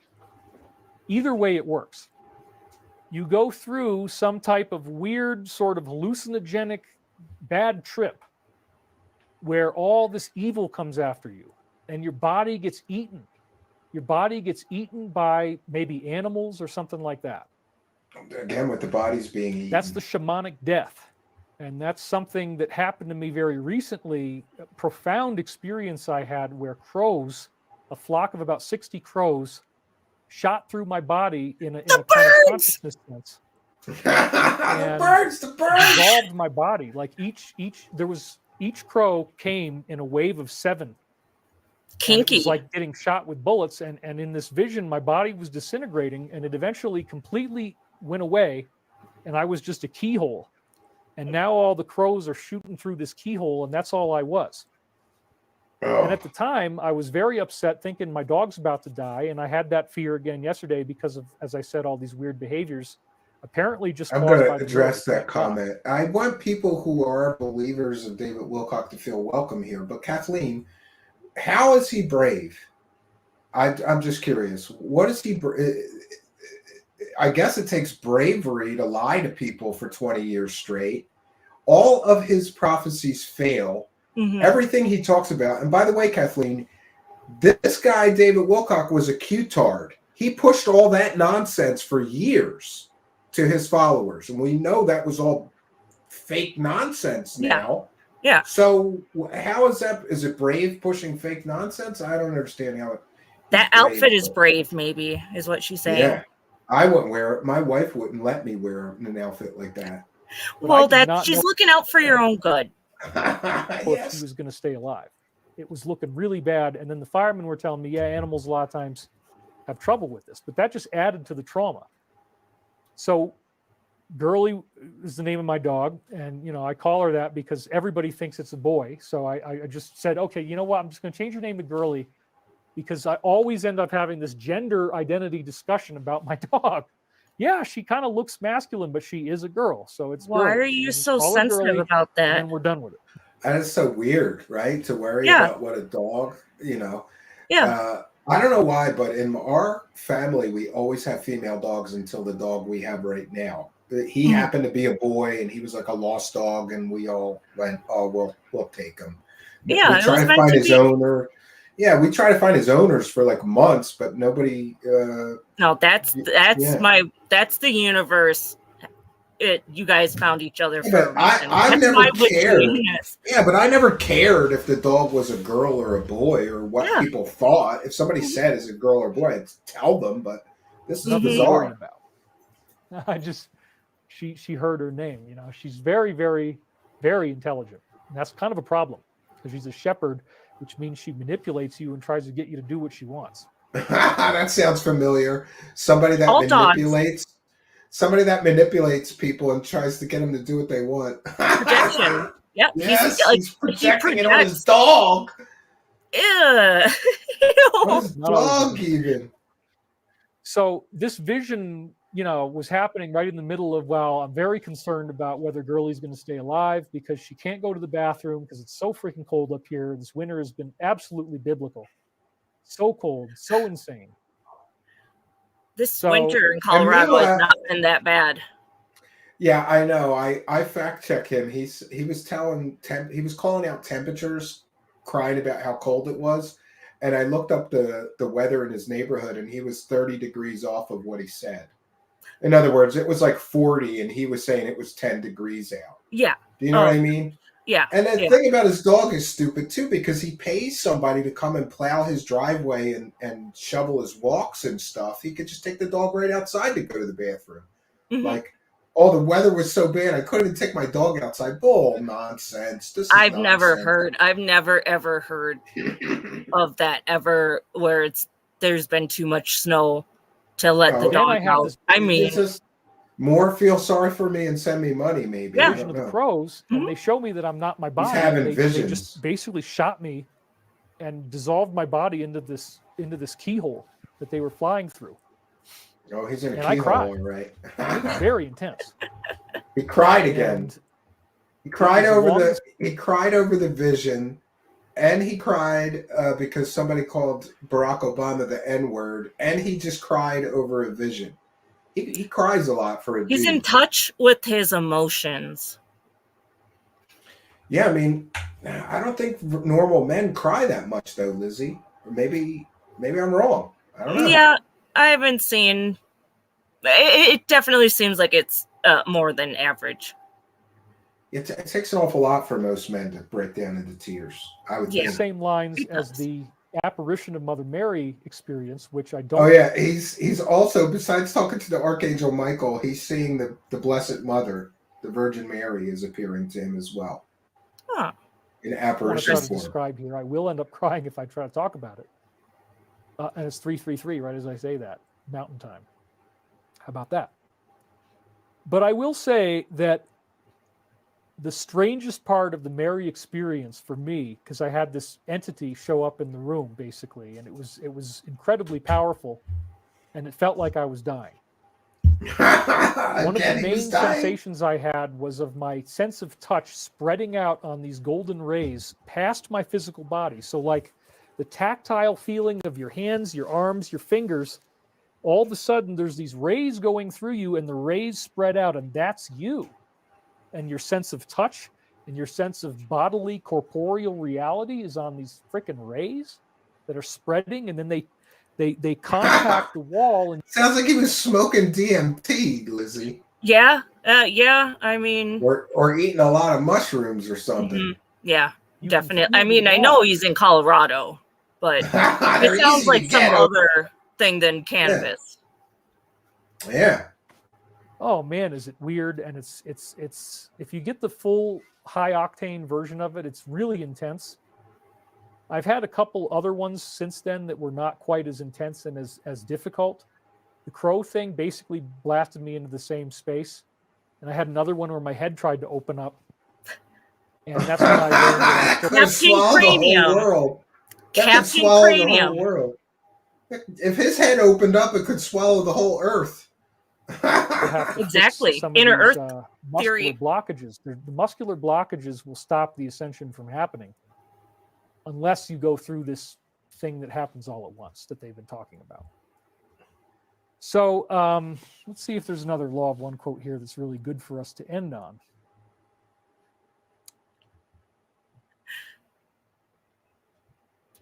Yeah, this is a good one. So the law of one, let's go back to the slide here. The law of more one slides. says that all things are the one creator. Thus, seeking the creator is done not just in meditation and in the work of the adept, but in the experience of every moment. The seeking of the creator is done in the experience of every moment. And they explain that the most important thing to seek in the moment is love. So let me go ahead to that. Lizzie, did you know that the people that are in charge of the that own the copyrights to and are in charge of the law of one material, they don't want him using it or teaching it or referencing it, and he does it anyway. I mean, if Same for Corey Good. Corey Good taught a whole course on the law of one without their knowledge, consent, or permission. yeah, So I don't understand how these guys are getting away with using copyrighted material that the copyright holders, to the best of my knowledge and understanding of the situation, they only want their authorized people teaching that material. It would be like like me, teaching, I don't know, Scientology. And Scientology comes to me and says, don't do that. You're not authorized. And I say, forget you. I'm going to keep using it because I'm selling it and making money on it. And they're saying, no, you shouldn't be doing that. It's free. You go to the law of one, you could get all the material for free. You don't have to buy it from these. My goodness. I have that down here. More slides. And to David Wilcock, if he puts it in a slide, it's real somehow. I was going to say it has to be true. It has to be true because he made a slide about it, Yep. Yeah, here we go. This is really the core of the law of one philosophy, and I'm still keeping it to around 90 minutes. We're going to do meditation in a minute. I'll keep it under 2 hours. He keeps But saying this is the core of the whole thing, folks. Here we go. The heart of the discipline of the personality is threefold. Number 1, know yourself. Number 2, accept yourself. Number 3, become the creator. Oh, heresy, heresy, heresy. Well, wait a minute. Jesus in John 14:12, this is my favorite Bible quote.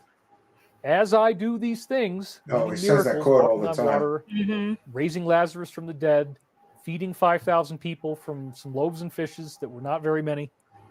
Whatever that was, he says, as I do these miracles, so shall you do them and greater things.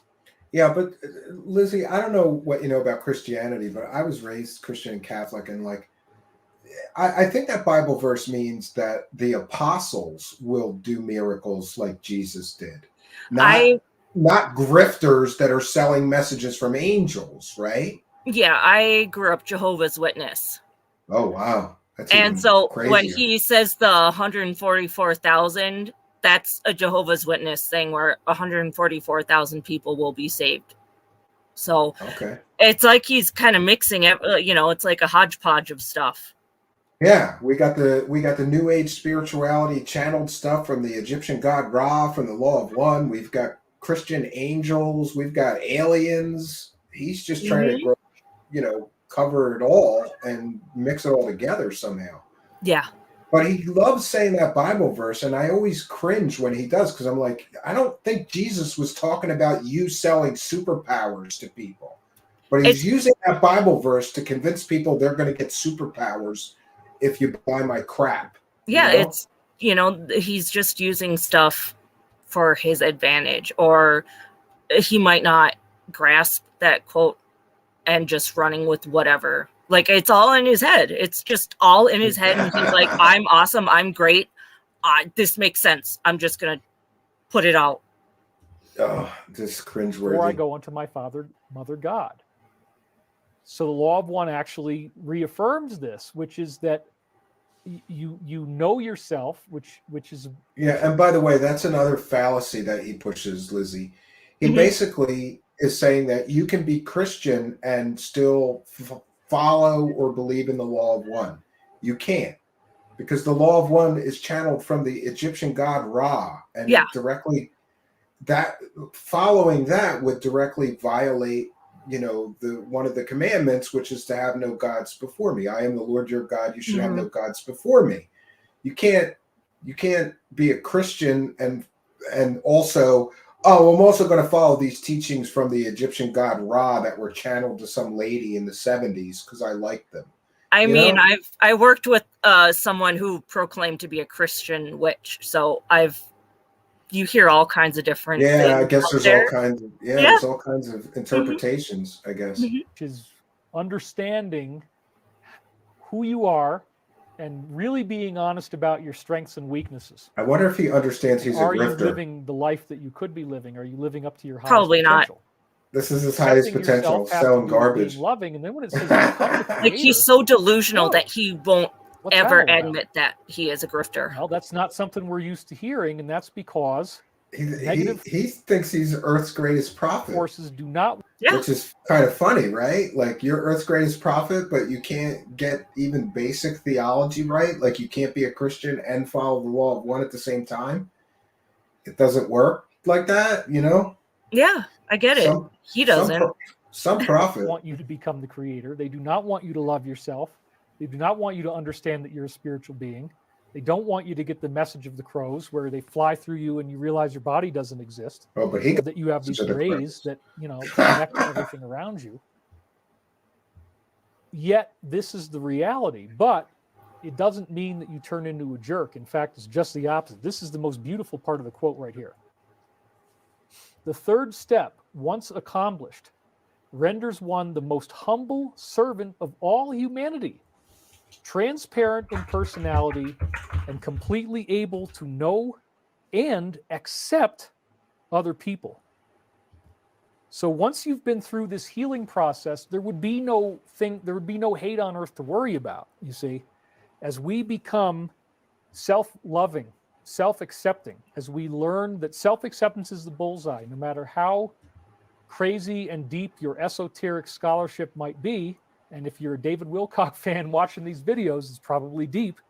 Oh, yeah. You have a crazy deep understanding if you're watching David Wilcock of spirituality and theology, right, Lizzie? It's just, I mean, you can't get any deeper. I mean, what he's saying, he's the Mel's hole. So Yeah, it goes yeah. so far deep down. This is so stupid. Never forget that the bullseye is. And he was just talking about We're narcissism not a actively few minutes working ago. on that. Yeah. Which I think a very important part of loving yourself is meditation. If you You're right, don't Operator meditate, then you're 357. not And going thanks for being a member. to be able to heal those parts of the brain that may have been weakened and shut down or partially shut down from trauma. We've all been through trauma, post-COVID especially. The law of And Khan. so each one of us might have parts of our brain Exactly. that require new myelination, that require neuroplasticity. R.D. Lang, L-A-I-N-G. You're right, Phil Harmonica. I learned about him in college, and he cured people of schizophrenia by bringing them out in the woods and having them garden and do like digging up weeds and planting seeds and watering it and watching the seeds grow and then eating the vegetables. Now, I don't know if that's true, Lizzie, but I would think that that was some fringe, non-medically sponsored claims and treatment. I can He see just- that. He just said that you could cure schizophrenia by having people garden. I mean, that's the thing about, like, you can't, it's not just going to cure it. I mean, it's going to help. I mean, being outside, doing activities, good activities, having good habits. Well, there is some evidence that nature therapy, which they use Yeah. in Europe, it really works well on depression. They But- send people hiking and things. Mhm. But to say that you could cure schizophrenia by having people garden is a bit too Exactly. much for me. This is Exactly. pushing medical disinformation. Yep. And that's again against YouTube terms of service, and he gets away with it. I can't, but he can. It was a Oh, of nature-based course. therapy, and now we know that Nature-based schizophrenia therapy, yes. has many of the same neurological abnormalities that we see with psychopathy. So again, in the new Michael Prophecies book that's about to come out, I break down 10 Here's another regions of pitch. the brain, Mhm. what they do, scientific evidence, proof that trauma can shut these areas down, and we talk about strategies that can open them back up, like being a taxi cab driver. And there's other things too. It's not Yeah. just Are you mentally ill, Lizzie? All you got to do is become a taxi driver and start a garden. You'll be fine. Yeah, that's. I think it's great- stupid and great tips. irresponsible of him to push this kind of information. It is. It totally is, and I agree with you, especially for medical stuff like that. Yeah. That you don't have to drive a taxi, but I do think a lot of people get through their own adolescent trauma by having entry-level jobs, and many of those entry-level jobs, if you're a teenager and you got to work, it's very similar to a taxi cab driver, isn't it? Because people keep coming up and they need food, and you're talking to them and you're interacting. And I do think that the 3 years of very mundane jobs I had after college really did help me. Oh, he's only had 3 years of mundane jobs. I was had gonna say 25 wow. years of mundane jobs, and he's always complaining he had to work for a living. Did you know he was like from a super rich family and they threw him out of the house? They made him leave. I mean, he looks like everything. He privileged man is in every way that he acts. You can see it. Yeah. Get over a lot of the trauma of how badly I was bullied by everyone growing up. One of his books is all about being bullied. It's like 500 pages of him being bullied, you know? Mostly because I was so intelligent. It was obvious as soon as I spoke, and people would act out with jealousy and anger about that. So if you become the creator, then I'm just going to go out on a limb and say Oh, I don't think he got bullied for being smart. I think he got bullied for being a dork. That's what I think. Yeah, You know? totally. I can see that. I can I see have that. sympathy for that because I went to Catholic school and there were a lot of bullies, but you know, like Yeah. at some point you got to get over. He wrote whole books about, you know, the trauma that he experienced and all of this stuff, and it's like, oh, come on. And according to him, they only bullied him because he was so intelligent. Narcissist he has a big head, and he does have a big head. Yeah, like 2 times. Yeah. Psychologically and physically, it makes sense. Yeah. then you are the most humble and transparent servant of all. And so this kind of echoes why I still did the show after this crazy thing yesterday. I said, you know what? The whole reason why 2 smoke alarms went down at the same time there's a biblical windstorm, it's very cold, at the same time my dog's having this weird sickness. The reason why this happened is to show me how important it is that I get back on camera, because something doesn't want me to do it. There's negative forces out there. The devil's trying to stop him from making videos about nonsense. Because this information is so important, right? Yeah, people need to hear it, and only what he says to listen and obey. Again, with the smoke detectors, this is like the 4th time in this stream that he was like, I was so traumatized by these smoke detectors, but spiritual forces in the universe were trying to stop me from doing a live stream, but I did it anyway. Like, he wants credit for living through the trauma. Yeah, it's so smoke alarms going off. It's just so, whoa, poor me, this, that, poor me. It's like, really, come on. Everyone talks about this extensively. You know, there are negative entities, and they don't usually ever materialize in physical form. That's very rare, and it would only usually happen in the so-called live offering, which is a gross thing to talk about. But anyway, we all have this ability to either listen to the darkness or listen to the light. We have both influences speaking to us all the time. I hate to say it because I know some people would want this to be true, but you cannot have one deliverance experience and then cast away all of these influences. As a human being, part of the contract that we have is that positive sources influence us when we have positive thoughts, and negative sources influence us when we have negative thoughts. If you start getting sad, negative forces will make you want to be more sad. If you start getting angry, negative forces will nudge you to get more angry. If you're overwhelmed. He went to college for 4 years to learn this crap. It's just staying in a low vibration state. When you think that stuff, you stay that way.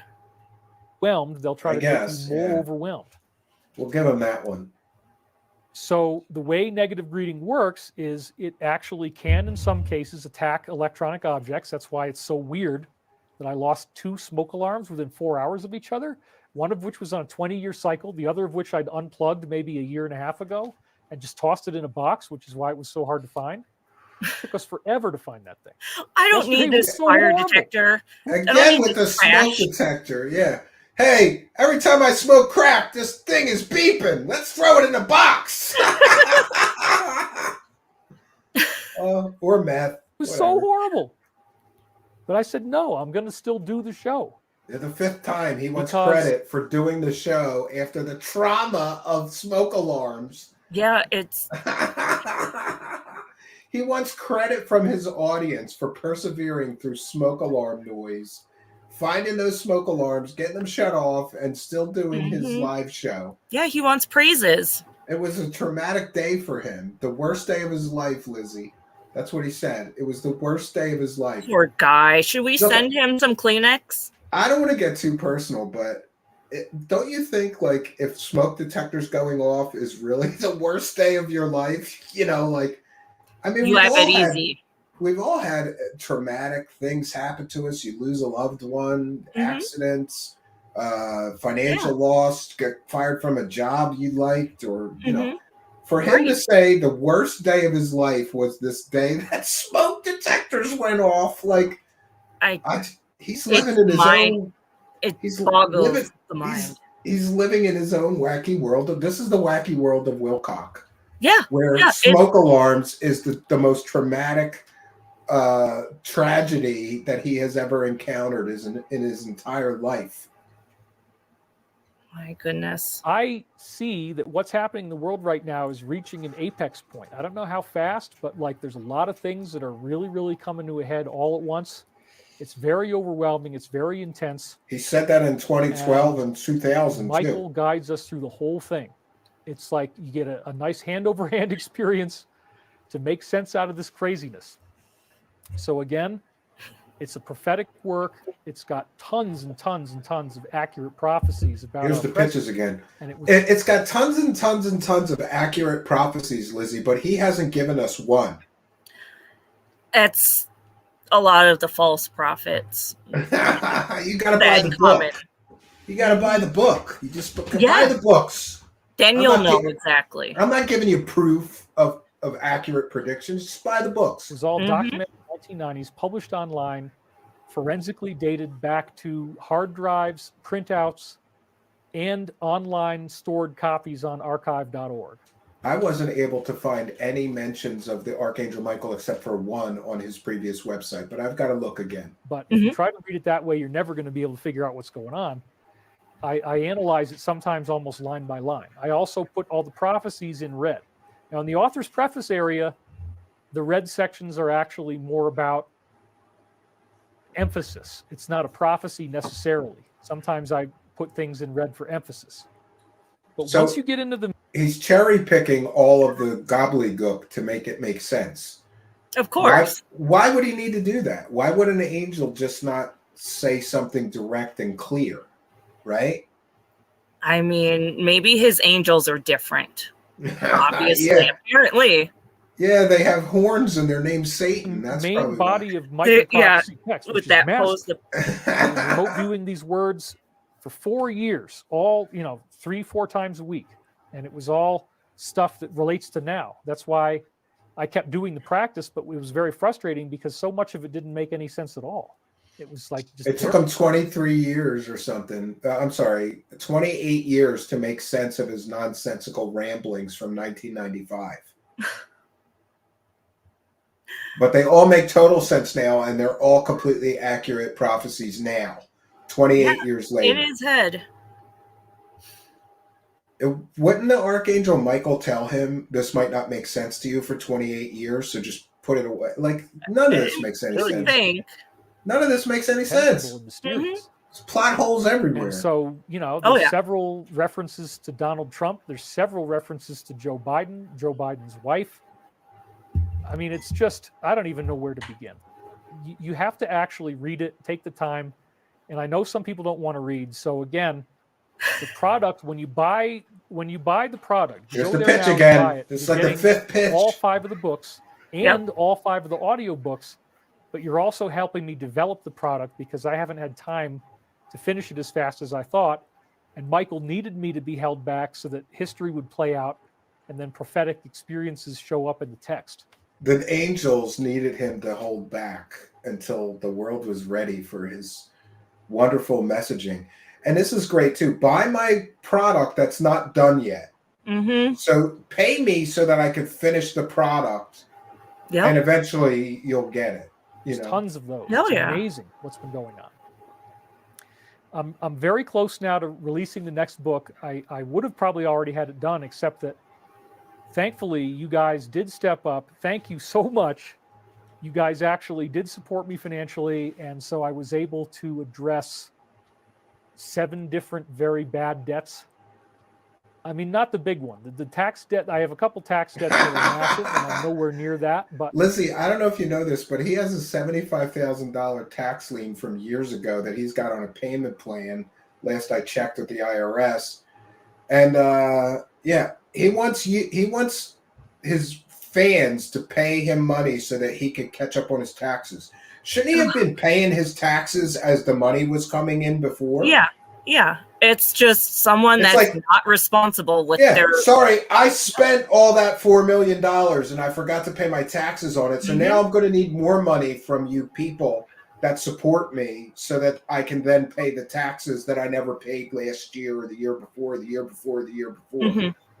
Yeah, it doesn't make sense. And I'm sad to see this because he's basically he's like gloating here, like, oh, you guys really helped me out and I'll be able to pay my bills now. Yeah.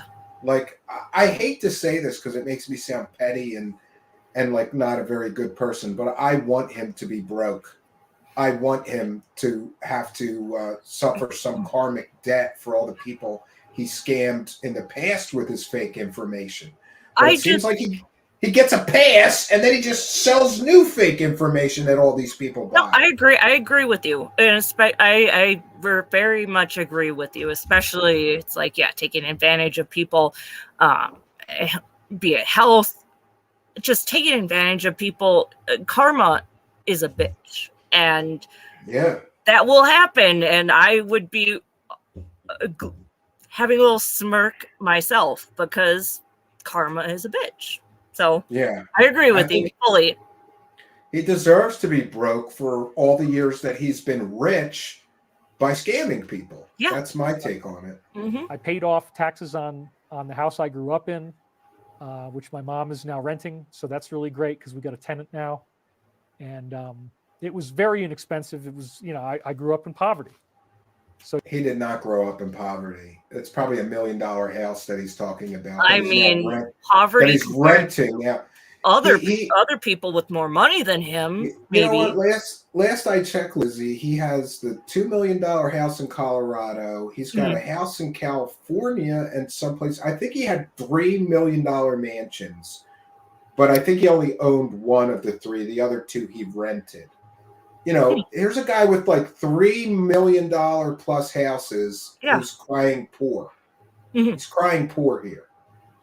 Yeah, just all he is just using and deceiving and manipulating people, Yeah, it's unfortunate. So you live in LA and you can throw $100,000 into a house. It's like, wow, that's kind of like using a house as a bank. So that's what I did, but nobody's ever lived there. And now we're getting that all straightened out, which is great. So I had, funny little debts that I hadn't worked out with New York, and I got all that stuff straightened out. So thankfully, I've rehabilitated myself so that I'm not in some type of weird, crazy biblical catastrophe like I was basically for the last year and a half, kicking the can around, never having enough money, rarely ever having more than $10,000 at once. The can around? He rarely had more than $10,000. He's really been roughing it. He rarely had more than $10,000, Lizzie, the past year and a half. Even though a year and a half ago he grossed $4 million on one course. This doesn't make any sense. I think he's just crying poor so that people feel sorry for him and buy his crap. Yeah, it's manipulation. Yeah, I agree with you. It's totally deceptive too. If he's really not broke and he's just saying he's broke so people buy his crap more, that's a form of fraud. It's a form of fraud. Yeah, people don't have any shame. This guy has none. So Archangel Michael required me to renounce, these cameras, doing shows, and wealth. It's been a very intense struggle here, and I've been working constantly, but I'm now very close to being finished. And what I see is that as the books are being finished, so too are we seeing this global thing that's happening, the liberation, the cosmic divorce is reaching ahead. And so one of Michael's main messages is that we as a planet are going through what you could think of as a divorce with a psychopath. The psychopath is going to want to destroy you on the way out. And as you try Divorce with a psychopath. That's what he's talking about. But projection. Angels, Projection again. and he just got a divorce from a psychopath. His wife. try to end the relationship and break it up, and again, remember I studied this in college, they will hit you harder and harder and more often. And so what's happening right now, in my view, and the book that I'm working on right now, book 2, volume 2, talks about this. The Chinese balloon was meant to freak us out. The East Palestine chemical spill was meant to freak us out. All the stuff that's happening with the food supply. There's so many things all happening at the same time to try to make you upset. And that is the death to the self. That is the initiation. That is the shamanic death. We're going through it on a collective level. In order to escape a dysfunctional relationship like this, you have to learn not to get mad when the person provokes you. That's the biggest thing. And so we see this over and over again. The reason why I made some satirical slides about Gender Studies University, which is not true. I mean, maybe it will be now because they emulate me a lot of the time. So now GSU is oh, the world's going to emulate his gay bashing. I don't know why I picked that. Oh, yeah. I just thought it would be really funny to add that one in. Hate speech is going to, everyone's going to hop on the hate speech bandwagon. Some of the people in the patriot community are getting very angry at Absolutely. homosexuals, LGBT, whatever you want to call it. I don't think this is a good idea. That's what they want. These people are being abused just like the rest of us. They're being lied to just like the rest of us. If he doesn't want people to be mean to homosexuals or trans people, then why is he adding fuel to the fire of the prejudice against gay people by making fun of gay people and gay bashing, right? Yeah, it doesn't make sense. It does. Usually someone leads by example, but he's different. He's special. The delusions of grandeur, it's special exceptions for him. Full effect, yeah. Being manipulated. And we're being obviously, manipulated, Hell's all right. Kitchen And to buying a that book I about showed where angel nobody wants to drink nonsense. Bud Light in the gay community would make it appear that as a whole, the gay community is not falling for this. So I don't want you to think that they are, and I certainly don't want you to buy into. Why is he speaking for gay people? That you're being He's fed. not That was in my head. I'm like, why is it? He talks a lot about it, and it is a little sus. Yeah, it's not the way that you feel.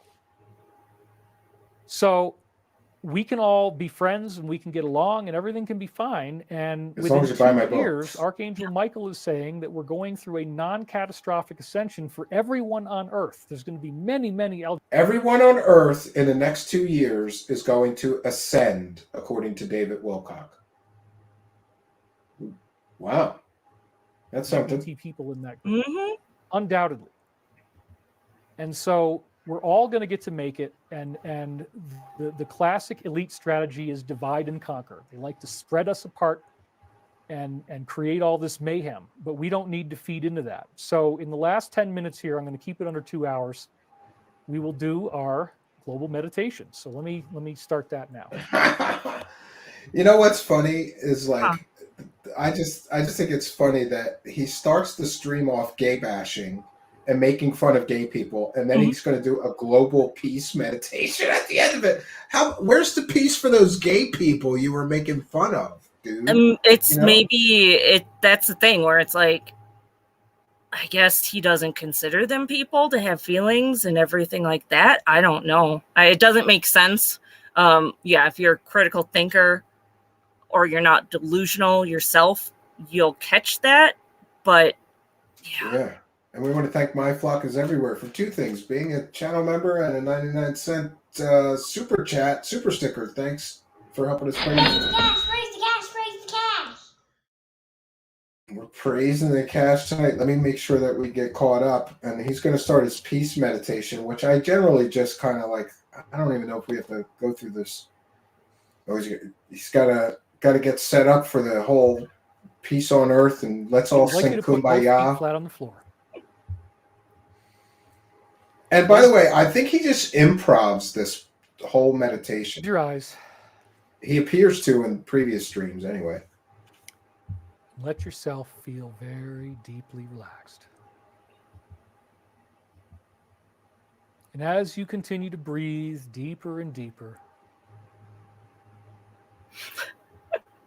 you see that at the core of soul's evolution, You got to have the cameras fade in and out of different angles God. during, feel the for peace, all of us. during a peace meditation, because that's what you need to make the peace meditation Christian work. message of Lots of Jesus is camera to love your angles enemies, and lots of fades. to love others as you love yourself. Oh, And there are forces in the world today that divide us, That's so stupid. turn us against one another, create hatred, division, and separation. How can he concentrate on peace if he's working 5 Feelings cameras? of enmity, disgust, he can do it animosity, and all. anger. But in the purity Thanks, Patty, and thanks for being a Quietude. member. of the moment, Ascend by yourself. Leave the rest of us there is alone. an oasis of love that is always there and always Yeah, why available pay your debts if you're going to ascend next year? And it is Good waiting. point, right? That's true. for You don't have you to worry simply about the tune in and feel the vibration. IRS. Hard to meditate while talking, says There's really operator nothing that you have to 357. do. You're right, really and thanks part for of being a member. meditation. You just let it happen. You just create David is cracking out right now. create the space. He And can as you astral go project too. So through your life. philosophical Of course. thinking, Learning to take things with less anger, more patience. Not to be so so. Amy reactive. Collins around says, other "I'd people. laugh if a smoke detector went Oh, off right God. now." Think before we speak. Yeah, that Hold would have back been so great. and consider the consequences of what someone else might feel if we were to say something. Yeah, maybe that we- Kanye West could help him with his hover car project. He remembered the camera buttons. Going deeper 180 and deeper IQ. into the medicine of pure healing. Exploring the journey that can be found. He's so brave, says Talmud. as Thanks for being a really. member. consciousness is expanded. So brave. And your awareness no longer is contained within the body, but stretches You're right, Jewel Chicky to the Arlene. chair, You're gonna have some fun with to the this. floor, David is to mesmerized the by his own walls voice. around you. The Forehead Bringing you Chronicles, closer and Part closer. 2. Like he probably gets off on to a smelling sense his own of perfect farts. interconnectedness. Like self fart. That is. That's expert analysis right there. He Tuning in probably deeper does. and deeper. More Exploring the camera depths magic. of the Yes. shadow self I miss his parts wife of the being in the psyche streams, though, because that we thought could not. Lizzie, it was so funny. He used to like yell at her. He'd like, not that camera. I'll change the microphone, but it's not going to make a difference. Just, I mean, to see someone just be a straight diva like that, it's just, people will remember that, but maybe he just doesn't see anything wrong with that and no shame. So One of my top people that I really want to interview is his wife, but somebody told me that he's making her sign an NDA or something to get the divorce settlement, so she not won't be be able loved, to dish. not be accepted. Right. Well, as it turns out, our job is to just let go of all that. Just let go of all the shame, all the self-judgment, all He's the talking to himself. anxiety, Let go of the shame of conning all the people. fear. mhm. We got to con people again next week. Relax into the notion that we are on a perfect timeline, experiencing a perfect plan for humanity's soul evolution, where all of us get to experience ascension, the activation of new potentials in our consciousness, New potentials. the understanding of new forms of living, new technologies, hover cars, free energy power plants, space travel, Free energy. and meeting with Yeah. our galactic brotherhood. He was supposed to give us a hover car with a free energy engine 6 months ago. Instead, we got prophecies from angels for sale. Mhm.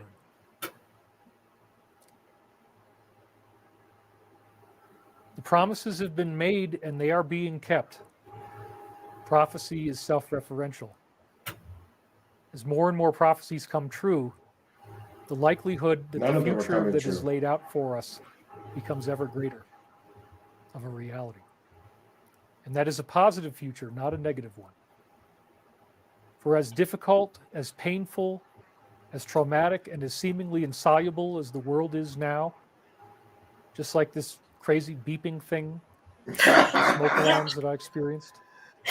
Crazy beeping thing. Oh, It was so traumatic. It was the Oh. worst day of my life, Lizzie. The crazy beeping We will thing. find the source of the sound. We will track it down. We will turn over every rock until it's found. We're doing anything we have to, Lizzie, to find that beeping shit. Yeah, We will he's heal gonna our go world. scorched earth to find it. And that's going to enable him to heal our world. Evil does not get to win. Evil doesn't get to win. You evil demons making my smoke detectors go off. Goodness demons. triumphs. And peace, brotherhood, and companionship become the new standard. Thank God we're by which almost this done. world. We only have to listen to this dribble measured. for 3 more minutes. No longer 4 do we minutes. need to feel angered if someone tries to tell us that we are not good enough or we're not smart enough or David Wilcock, you're neither good enough or smart enough. I'm telling He you. said, I bet he thinks he's the most smartest. He'd be like, I'm the most smartest. Lizzie, he said that he had a 180 IQ. That's what he said. That would make him smarter than Neil deGrasse Tyson, smarter than Einstein, if that were true. Yeah. He maybe he accidentally put a 1 in front of it, Yeah, I think he gave himself an extra 100. Yeah. Or tacked on a 0 to the end. No, I will say this. He is certainly above average intelligence, but not by much. That's just my observation. I could be wrong. I'm not an expert in how to determine somebody's intelligence, but this guy can't work microphones and webcams right a lot of the times. Like, he can't work YouTube. How could he have a 180 IQ? It doesn't. Yeah. This doesn't make sense. I agree. For we know that in our core there is peace and there is a cosmic identity so much greater.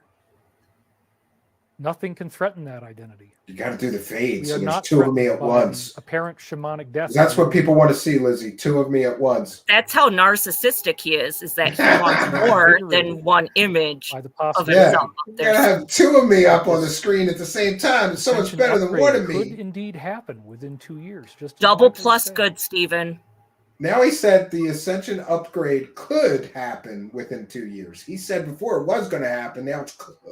Now- It could happen, just as Michael said. That we will get our diploma, we will graduate, and we will no longer be in such a miserable existence. We will all learn how to be far more loving and accepting of one another and our differences, and learn how to embrace one another and accept one another.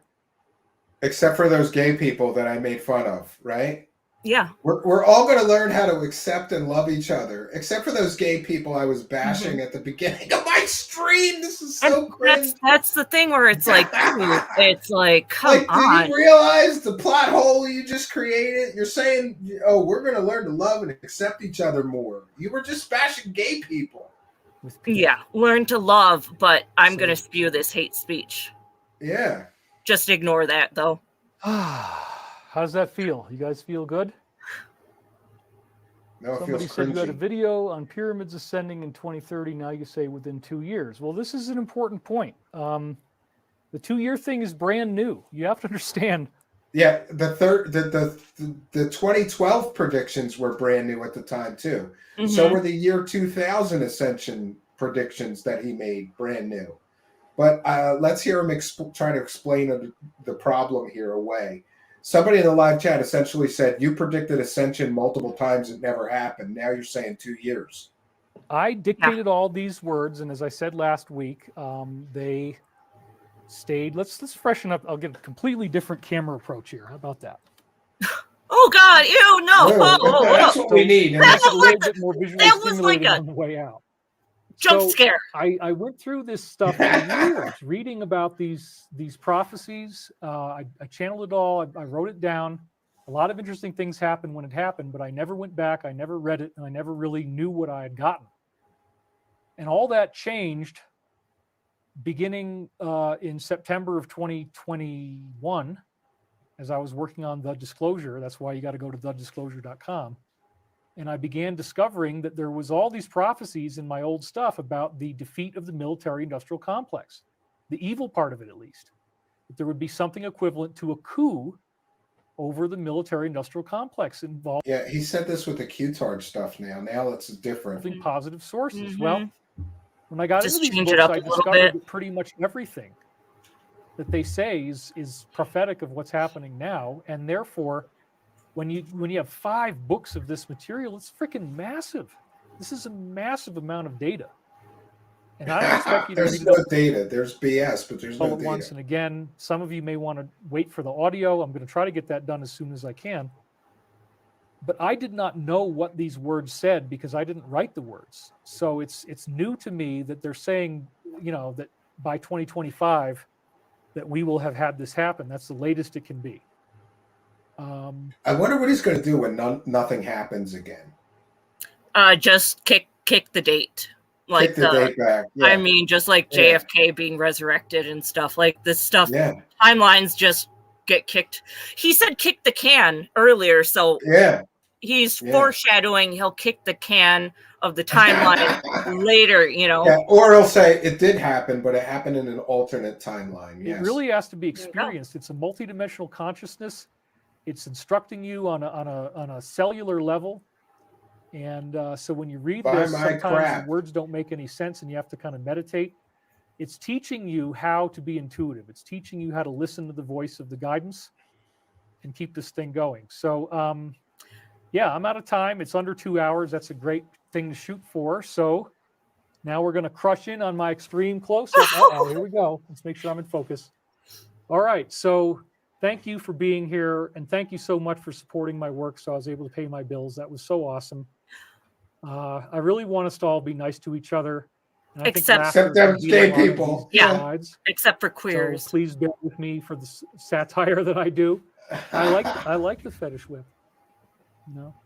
It's just part of my lifestyle. So anyway, thank you for being here. The eyes. Okay, the eyes, the looking down, and like We made it. like- We made it through. We made it through.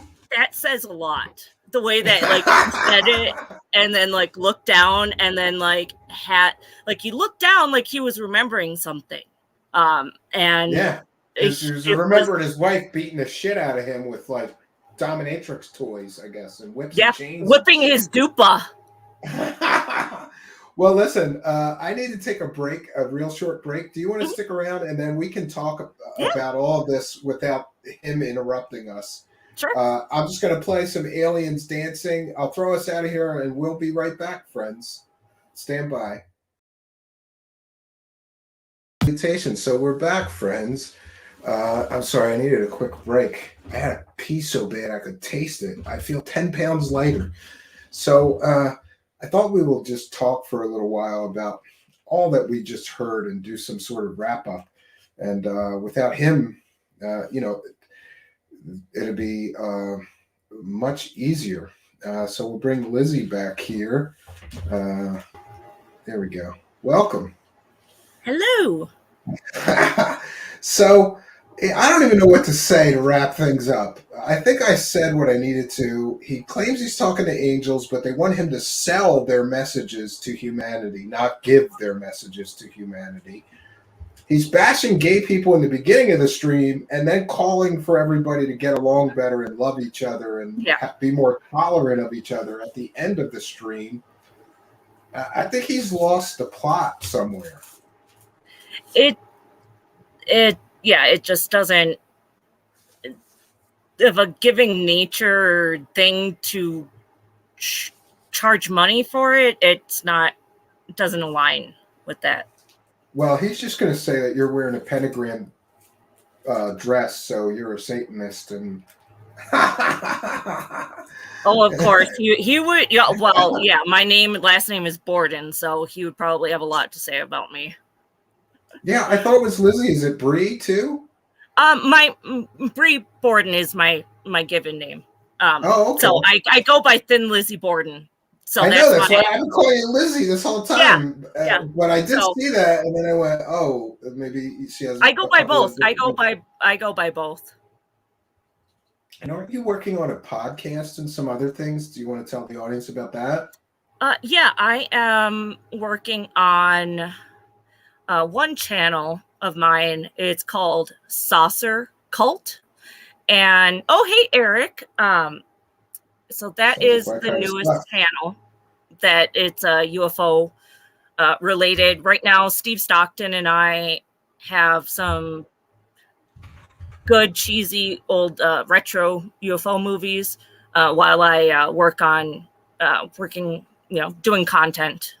So I have that going on right now. And then, I'm just kind of like busy doing a bunch of stuff. But yeah, I'm around YouTube in the UFO chats. I'm going to put your YouTube channel into the live chat so people can find you. I'll put it in the description of the video as well when I get a chance. Thank you. I'll just put Bree's channel here. You can go find you over there. I'm going to check that out. I like cheesy old documentaries and stuff. Yeah, it's the good. Like there's a bunch of like Japanese UFO, like Starman stuff. So it's very fun. The Cosmic Man. Yeah. 1959, independently made black and white science fiction film. Oh, I think I'm going to like this channel, or I like it already. Yeah. Atomic Rulers of the World. Yeah, you got all these old. These are things I used to watch when I was a kid. They were on like crappy UHF channels on Saturday all day. Well, Teenagers from Outer Space. Yes. Yep. That was a good one. I am definitely a fan of Mystery Science Theater 3000. So, Steve and I have been talking about watching a movie and then putting our own commentary on it when we're watching it. So, and the Mystery Science Theater has roots in Minnesota, so it's like a hometown. It's a hometown thing for me, and so watching that as a kid, it definitely fueled the. I love the retro UFO stuff, especially. Yeah, I don't know. I never liked it because I dated some girl that watched it constantly, and she got on my nerves with it. So she ruined it for me. But I have seen some that I thought were funny. Did you know this? I once did soundtrack and score work for a movie called Lichen Colony. It was a werewolf movie. Yeah. And it was so bad that I was embarrassed my music was in it. It was so bad. Like, I think this is what happened. Oh, gosh. These guys set out to make a really cool werewolf movie. Yeah. And they started making it. They got the cast and the crew, and they had cameras and video editors, and and I think somewhere along the filming of it, they realized that they couldn't make the movie they wanted to make with like serious. Yeah. So then it just devolved into this totally ridiculous, bad special effects and like just laughable dialogue and like. And this was funny because this was the first movie that I had some of my songs in. Yeah. Like real movie. And it was debuting at a real movie theater and everything. So we drove all the way to New Hampshire from Pennsylvania, which was like a 6-hour drive, to go to the premiere. And they had a red carpet. And before the movie started, because we hadn't seen it yet, we just knew there's 3 or 4 songs of ours in this movie. This is going to be awesome. So I just... we go through the red carpet and you feel important, and then we sit down to watch the movie and the lights go down, and about 5 minutes in, I was just sinking in my chair like, oh my God, what do we do? We're in this movie. Yeah. Mystery Science Theater picked that movie up, and then that guy did a special edition DVD release of the movie and made all this money because Mystery Science Theater made fun of this movie, and they called it the worst. They called it the worst werewolf movie they'd ever seen, or something like that. Oh my gosh! I'm gonna I have think to you look can still at get it. that It's on- after. It's Lichen Colony, Lichen Lycan Colony. It Mhm. was bad. It was real bad. Gosh, that I I don't mean, know. I feel I can empathize with you. When I'm a creative, so doing hair forever, and it's like, yeah, if you like I can imagine having a creation of mine, and then it's like you're pumped and everything, and then it's like, oh my god, this is cringe. Oh my god, like I empathize with you on that. But it's cool that you got to say that it's like a connection with Mystery Science Theater 3000. Oh my god, it's on YouTube. People are making fun of it on YouTube. Let's play some of it. You're gonna love this. My favorite moments from Lichen Colony. This is the movie. It's so bad. But I did give the guys credit for trying to do it. I thought these guys are dreamers. Like, good for them. Yeah. But it's pretty bad. Oh, son, why do you got to make it so hard? Would you please just empty the dishwasher? Shit. Oh, somebody's put commentary on Something may or may not have happened.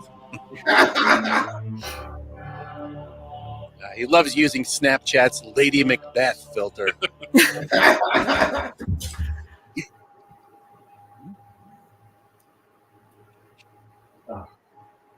The MP3 player? There's a regional variation of Shatter Your Pelvis. 2004, I think. Hey, babe, what's cooking? Your tail if you don't finally take that garbage out. It's starting to smell like death around here. Oh, I'm sorry. I thought this was part of the comedy. He's gonna find out eventually anyway. May as well tell him. This is probably the best of the movie. Then what? Son, you're in a movie that's somehow worse than a talking cat. Yeah. This part isn't funny. Look, Stu, yes, your father did have a problem. And he kicked it. It was right after this scene one of my songs plays. What? I have the same question. Your father showed up to surgery one morning drunk. Oh, he faked it pretty well until he was in that poor woman's brain, slipped with the scalpel. Oops, I cut myself. Also, your father murdered a woman. Dad's a drunken failure. He murders all his patients. Huh? Oh, Mike is the mechanics there. So can you sit down? Or do you need a moment? And even though he's in his bedroom, he somehow manages to fall down the stairs. Oh, this is so bad. What's the matter? You can't keep up? Sorry, I don't go rock climbing. Yeah, do it in these shoes and you get really good. They must both be ventriloquists. Man, you're kind of weird. Say nothing of yourself. What is funny?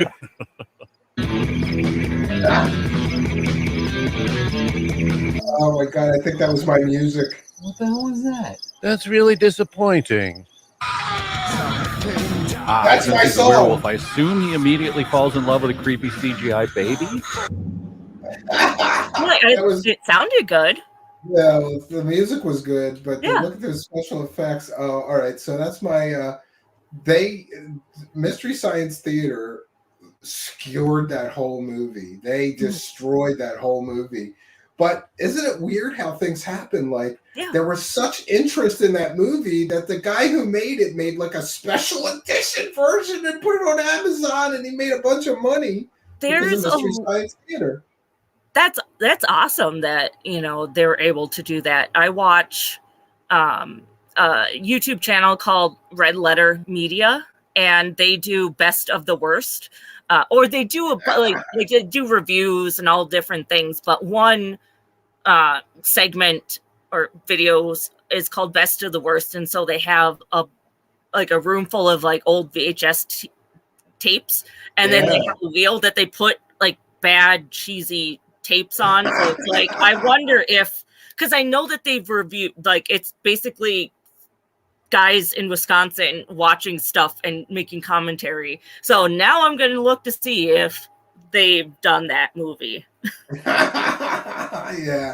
Yeah. But for me though, the funny thing is that it did open doors for me though, because when other people talk to me about film or soundtrack work or score work, they said, well, do you have any credits? And I said, well, yeah, I did a bunch of songs in this film. And thank God, like, people didn't watch the film. They just looked it up and saw my name listed. So they felt more confident. And after that film, I had music in a bunch of other movies. Awesome. So it was pretty interesting, though. And I was always like, oh, God, I hope they don't watch the movie, you know, because then they're not going to want me to make music. They're going to be like, well, the music was good, but no, but I give those guys a lot of credit because he had a dream to make a werewolf movie. And then, by the way, that guy made like a bunch of movies after that weren't that bad. They were pretty decent. So I guess it was a learning experience for him as well. And I think last I talked to him, he's got a whole series of books out on this fictional universe with the werewolves, like in Colony, like in Town, like in this, like in that, like in War. Like he made a whole series of books out of that. So it's interesting, though. I just remember, though, going to the premiere, and me and the band were all there. We did a song before, I think after they played the movie or something, we performed. And the whole band were just like looking at me in the theater, like shaking their heads. And I'm like, I don't know. I didn't see it before I gave them the music, you know, or music's in it, though. Yeah. So, like, oh. Well, back to Wilcock, though. He's coming back to weekly streams. What, do you think he's actually going to deliver anything worth anything, or is it just going to be garbage? It's just going to be attempts to make money. I mean, who knows what he's going to say. It's just, he's going to say stuff, you know. I mean, I can't wait to see what other pieces we can, what gold mine, gold. His gold mine is probably saved up in jars. Jars of piss, maybe. Yeah. And I wondered too, like, he just the thing with the 2-year thing, like he gave himself a hard deadline. Yeah. So he's going to have to come up with some new excuses in 2 years when nothing happens. Right? Yeah, or a year and a half from now. Yeah. So it's like just before, you know. But yeah. David got fisted by the right paw of the Sphinx right after channeling the Archangel. Ooh. What do you think of him using these dominatrix references and these like sex toys in his stream? Like, is that just for attention or like shock value, or what the hell is that about? I mean, it might be for shock value. It's definitely interesting because it's like it's saying that it takes that like a submissive male role is what I'm getting from it. And so that might not be something every guy might want to shout out from, from the rooftops, but it seems weird that he does bring like a BDSM toy into like it's. I'm talking to angels, and these angels wanted you to show me the sex toys that I use on myself. I mean, maybe the angels were what his doms. Maybe he had 2 doms, and they were like an angel, and one was the devil, and one was the angel, and then like he had all kinds of like this scene going on in his head. Yeah, this is so bad. Well, you know what? I, for one, I think I'm sick of listening to this guy, but people want me to do it, so I feel like it's like fan service. Like I have to do it when he makes a stream. I'm like, well, now I gotta go through this shit. And that's the thing where it's like there will always be that gold mine or a nugget that it's like will be so good to just lampoon, but. God, yeah, who knows what we should almost do like a bingo card. We have Conspiracy Land bingo. Somebody made us Conspiracy Land bingo cards, And we're going to do that one night. We're going to give everybody the Conspiracy Land bingo cards, and there's all kinds of stuff like the Great Awakening, Nice. Solar Flash event, like, and we're going to play Conspiracy Land bingo. Yes. Awesome. That Yes. sounds like a fun time. We want to thank El Warrior for a kind and generous $2 super chat, and also for being a channel member. Thank you for your kindness, generosity, and support. Why can't I do this? It's not working. Oh, here it is. Thanks for helping us to praise the cash, and we'll give a big one out, thanking everybody tonight for their kindness, generosity, and support. Praise the cash, praise the cash, praise the cash. Thank you for your kindness. Thank you for your generosity. Praise the cash, praise the cash, praise the cash.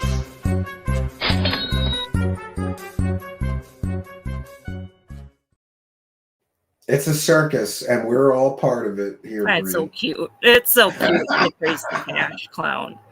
Yeah, did you know that he hit me up for money? He's watching some of the stuff on YouTube, and he comes to me and he says, I swear to God, he did this. He goes, Dad, I was watching your show I think it's from yesterday. And I go, yeah. He goes, people are sending a lot of money, Dad. And I go, okay. And he goes, didn't you want to make new videos of the Cash Clan? I said, yeah. He goes, well, you're going to have to pay me better. That's what he said. he's like hitting me up. He's like so shaking me down. I don't know if I was mad at him or proud of him. I was going to say, you're right. He knows his worth. So that's a proud daddy moment. He knows his worth. That's cute. Davina says each of Wilcock's streams get worse. We are watching a train wreck, and thank you for being a member of Davina TK. Yeah, but like, I don't know, is he going to be making fun of like developmentally disabled people next on his stream, or like people with mental illness, or like making fun of black people or Puerto Ricans or something? Like, he just did a stream making fun of gay people, and he thinks this is perfectly okay as a spiritual guru to do. I bet Hairspray is his favorite movie. It probably is. But even like the televangelist crowd, they will consciously and actively dodge questions. Yes.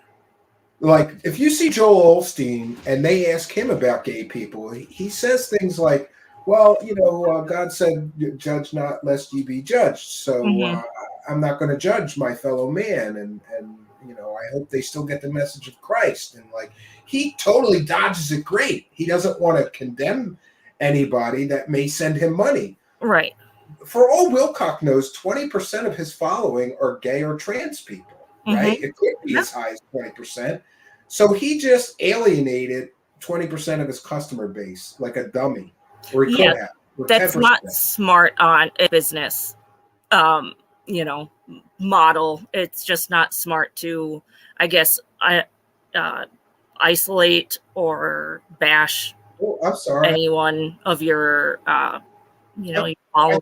I just got thrown out of my own show somehow. Sorry, electronic stuff always goes wonky with me. It's your fault. Then I'll blame you. I was near a TV. On tomorrow night's stream, I'm going to tell people that I had the most traumatic day of my life because of Bree and my smoke detectors in my house going off. Right?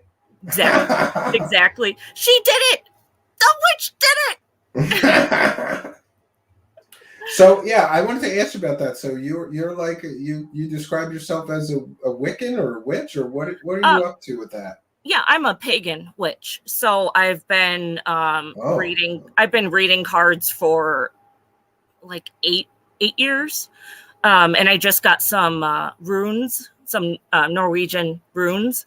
For those are the ones you throw down, right? To do yeah, you can read it that way. Otherwise, it's like a tarot or card pull where it's like you pull one out and then the meaning is based off of the symbols and everything. So I just am getting into that because my mom is Aztec and then my dad is Norwegian and Polish, so I like combining the different pagan roots of my cultures into a nice hodgepodge of stuff. So, yes. And electronic mishaps are now called the Wilcock. Yeah. I had a Wilcock happen today. Yes, exactly.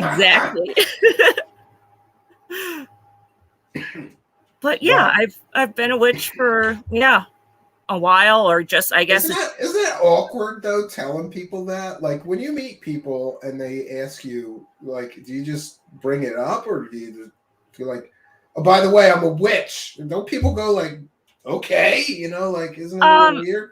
I mean, people do make stereotypes and assumptions. And I'm Like, just you should have a broom and a cauldron somewhere, right? yeah, or that I heard it's like, oh, it's like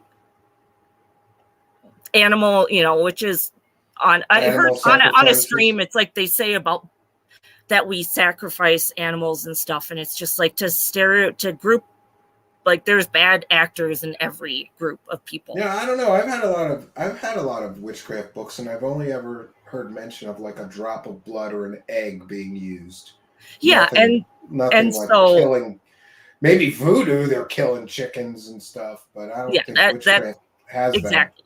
That's exactly a misconception. Then, yeah, it's definitely a misconception. So, yeah, I've always, I guess, sorry, kitty. Yeah, the cat.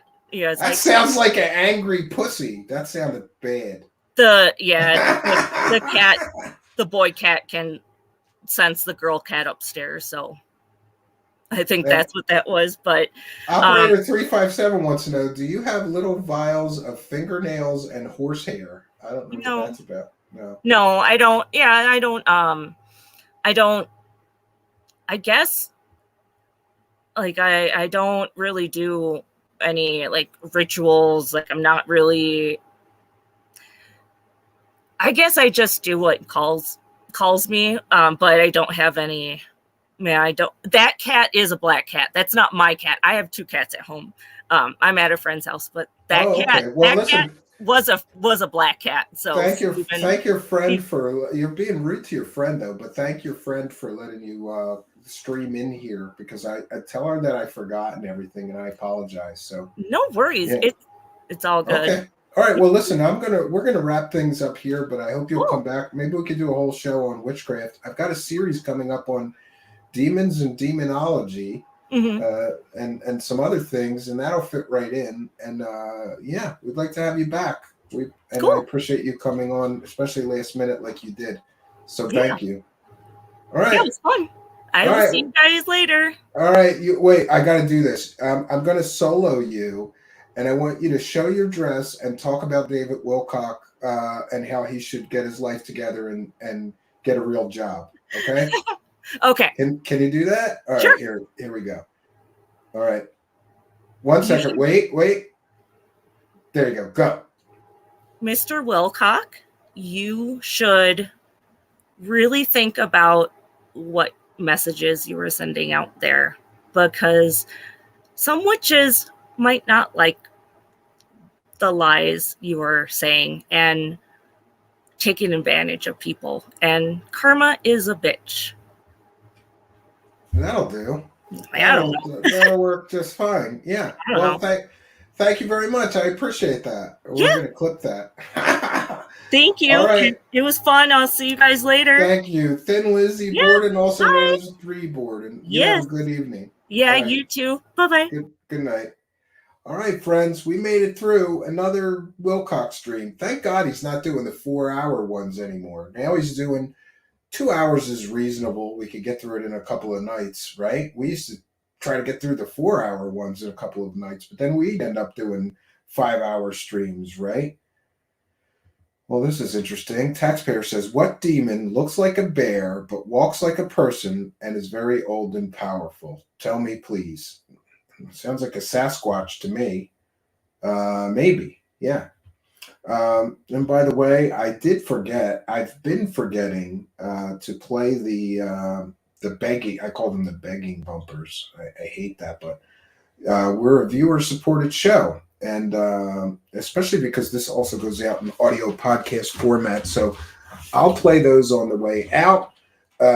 Those are just a couple of bumpers to let you know how you too can support the show. We're a viewer-supported show, after all.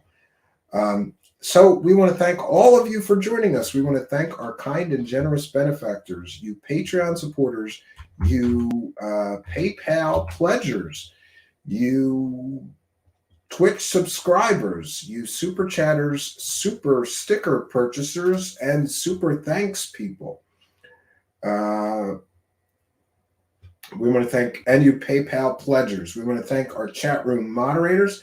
We want to thank our special guest tonight, Thin Lizzie Borden, also known as Bree Borden. Check out her channel. It's the Flying Saucer Cult for some interesting content that they're putting up there, and more to come. We want to thank our chat room moderators. We want to thank Spooky, who is traveling. So I don't know what's going to happen with the thumbnails. I feel a weird kind of way, like Spooky's in planes and taking 6-hour drives from this place to this place and going on this big adventure. And then in the middle of all that, I'm going, I need this thumbnail done, right? So maybe I'm going to do some for the rest of the week until we figure out what's going on with that or whatever, or I have to just communicate better and figure it out. But we will be back tomorrow night at 9 p.m. Eastern Standard Time. There's several shows that we may do a show on some of the recent Bob Lazar controversy. Boy, did I get an interesting email. I got included in an interesting email from Gene Huff, who many may know was a business partner of Bob Lazar's for many years when he first came out with the story. Gene Huff is the guy who helped him produce that videotape that they sold in the back of Science magazines. He was a very vocal supporter of Bob, and he claims to have witnessed the flying saucer test flights out there near Area 51 and more. I got quite an interesting email exchange with that guy to share. And also, Stephen Greenstreet. I have not watched it yet. I'm going to watch it after tonight's broadcast, his last episode on Skinwalker Ranch, the conclusion of his investigation. And yes, Alien Scientist was on Concrete, and that was amazing. Yeah, good for Alien Scientist. He flew all the way to Florida to be on that show. God bless him. I was just glad to see somebody on a major podcast exposing the Bob Lazar fairy tale. If not me, then let it be Jeremy. Or there's only a few people in the world that could have done it. I could have done it. Jeremy could have done it. So God bless him. He did it. You know, because of my situation with my son, I have a hard time. Like, I've gotten a few offers for bigger podcasts that wanted me to fly places and spend, and I just can't. You know, my son needs 24-hour care, so I can't just leave my son for 3 days to go do a podcast. Maybe someday I'll be able to travel more and do those things. I was happy to see Jeremy Rise, Alien Scientist on Concrete. And he really broke down all the Bob Lazar garbage information out there. It was good to see. Check out Stephen Greenstreet, Brandon Fugel on Dolan. Of course, because the grifters are going to grift together. You know, that's what they're going to do. I didn't know that Brandon Fugel was going to be on Richard Dolan's show. That's interesting. In fact, most of me is barely aware that Richard Dolan even still has a show. He's looking for the next big grift, Richard Dolan. Maybe it's going to be Skinwalker Ranch. We'll see. So we have thanked everyone, including, but we forgot Ian, Mr. Ian, our announcer, the man with the golden voice. We want to thank him as well. That's all we got for you, friends. And I am going to bounce on out of here. But don't worry.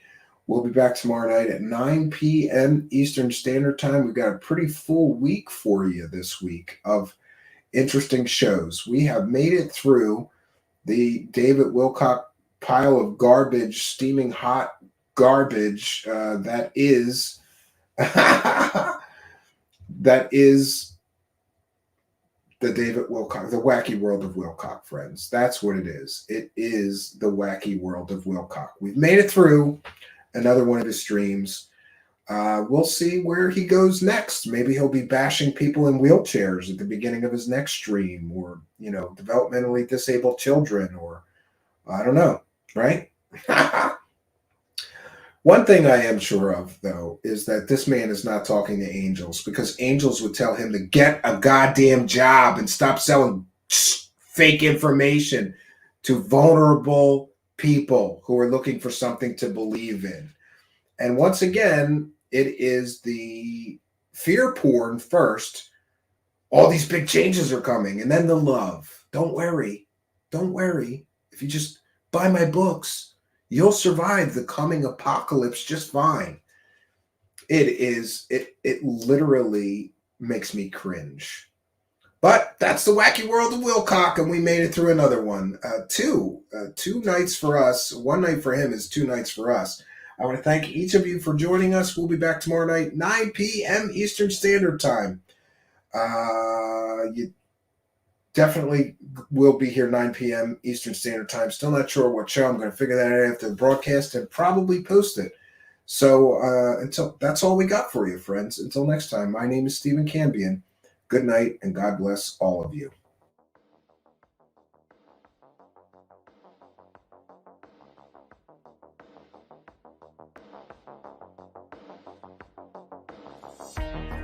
Truthseekers is a viewer-supported show. Wonderful people like you who enjoy this show send pledges in the form of super chats, super stickers, super thanks, PayPal, or Cash App. Instructions for how to help are in the description. You can also join our Patreon, and for as little as $1 a month, you can get extra content. Patreon supporters get a backstage pass, early access to all our production videos before they are distributed publicly, Stephen Cambion's music, private writings, a monthly show journal, and more. You can also become a YouTube channel member for $5 a month. A YouTube membership includes all of the Patreon benefits, plus a special members badge, priority reply to video comments, and the live chat, plus a monthly members-only video. We thank you all, kind and generous benefactors, for supporting Truthseekers. Thank you for your generosity and support.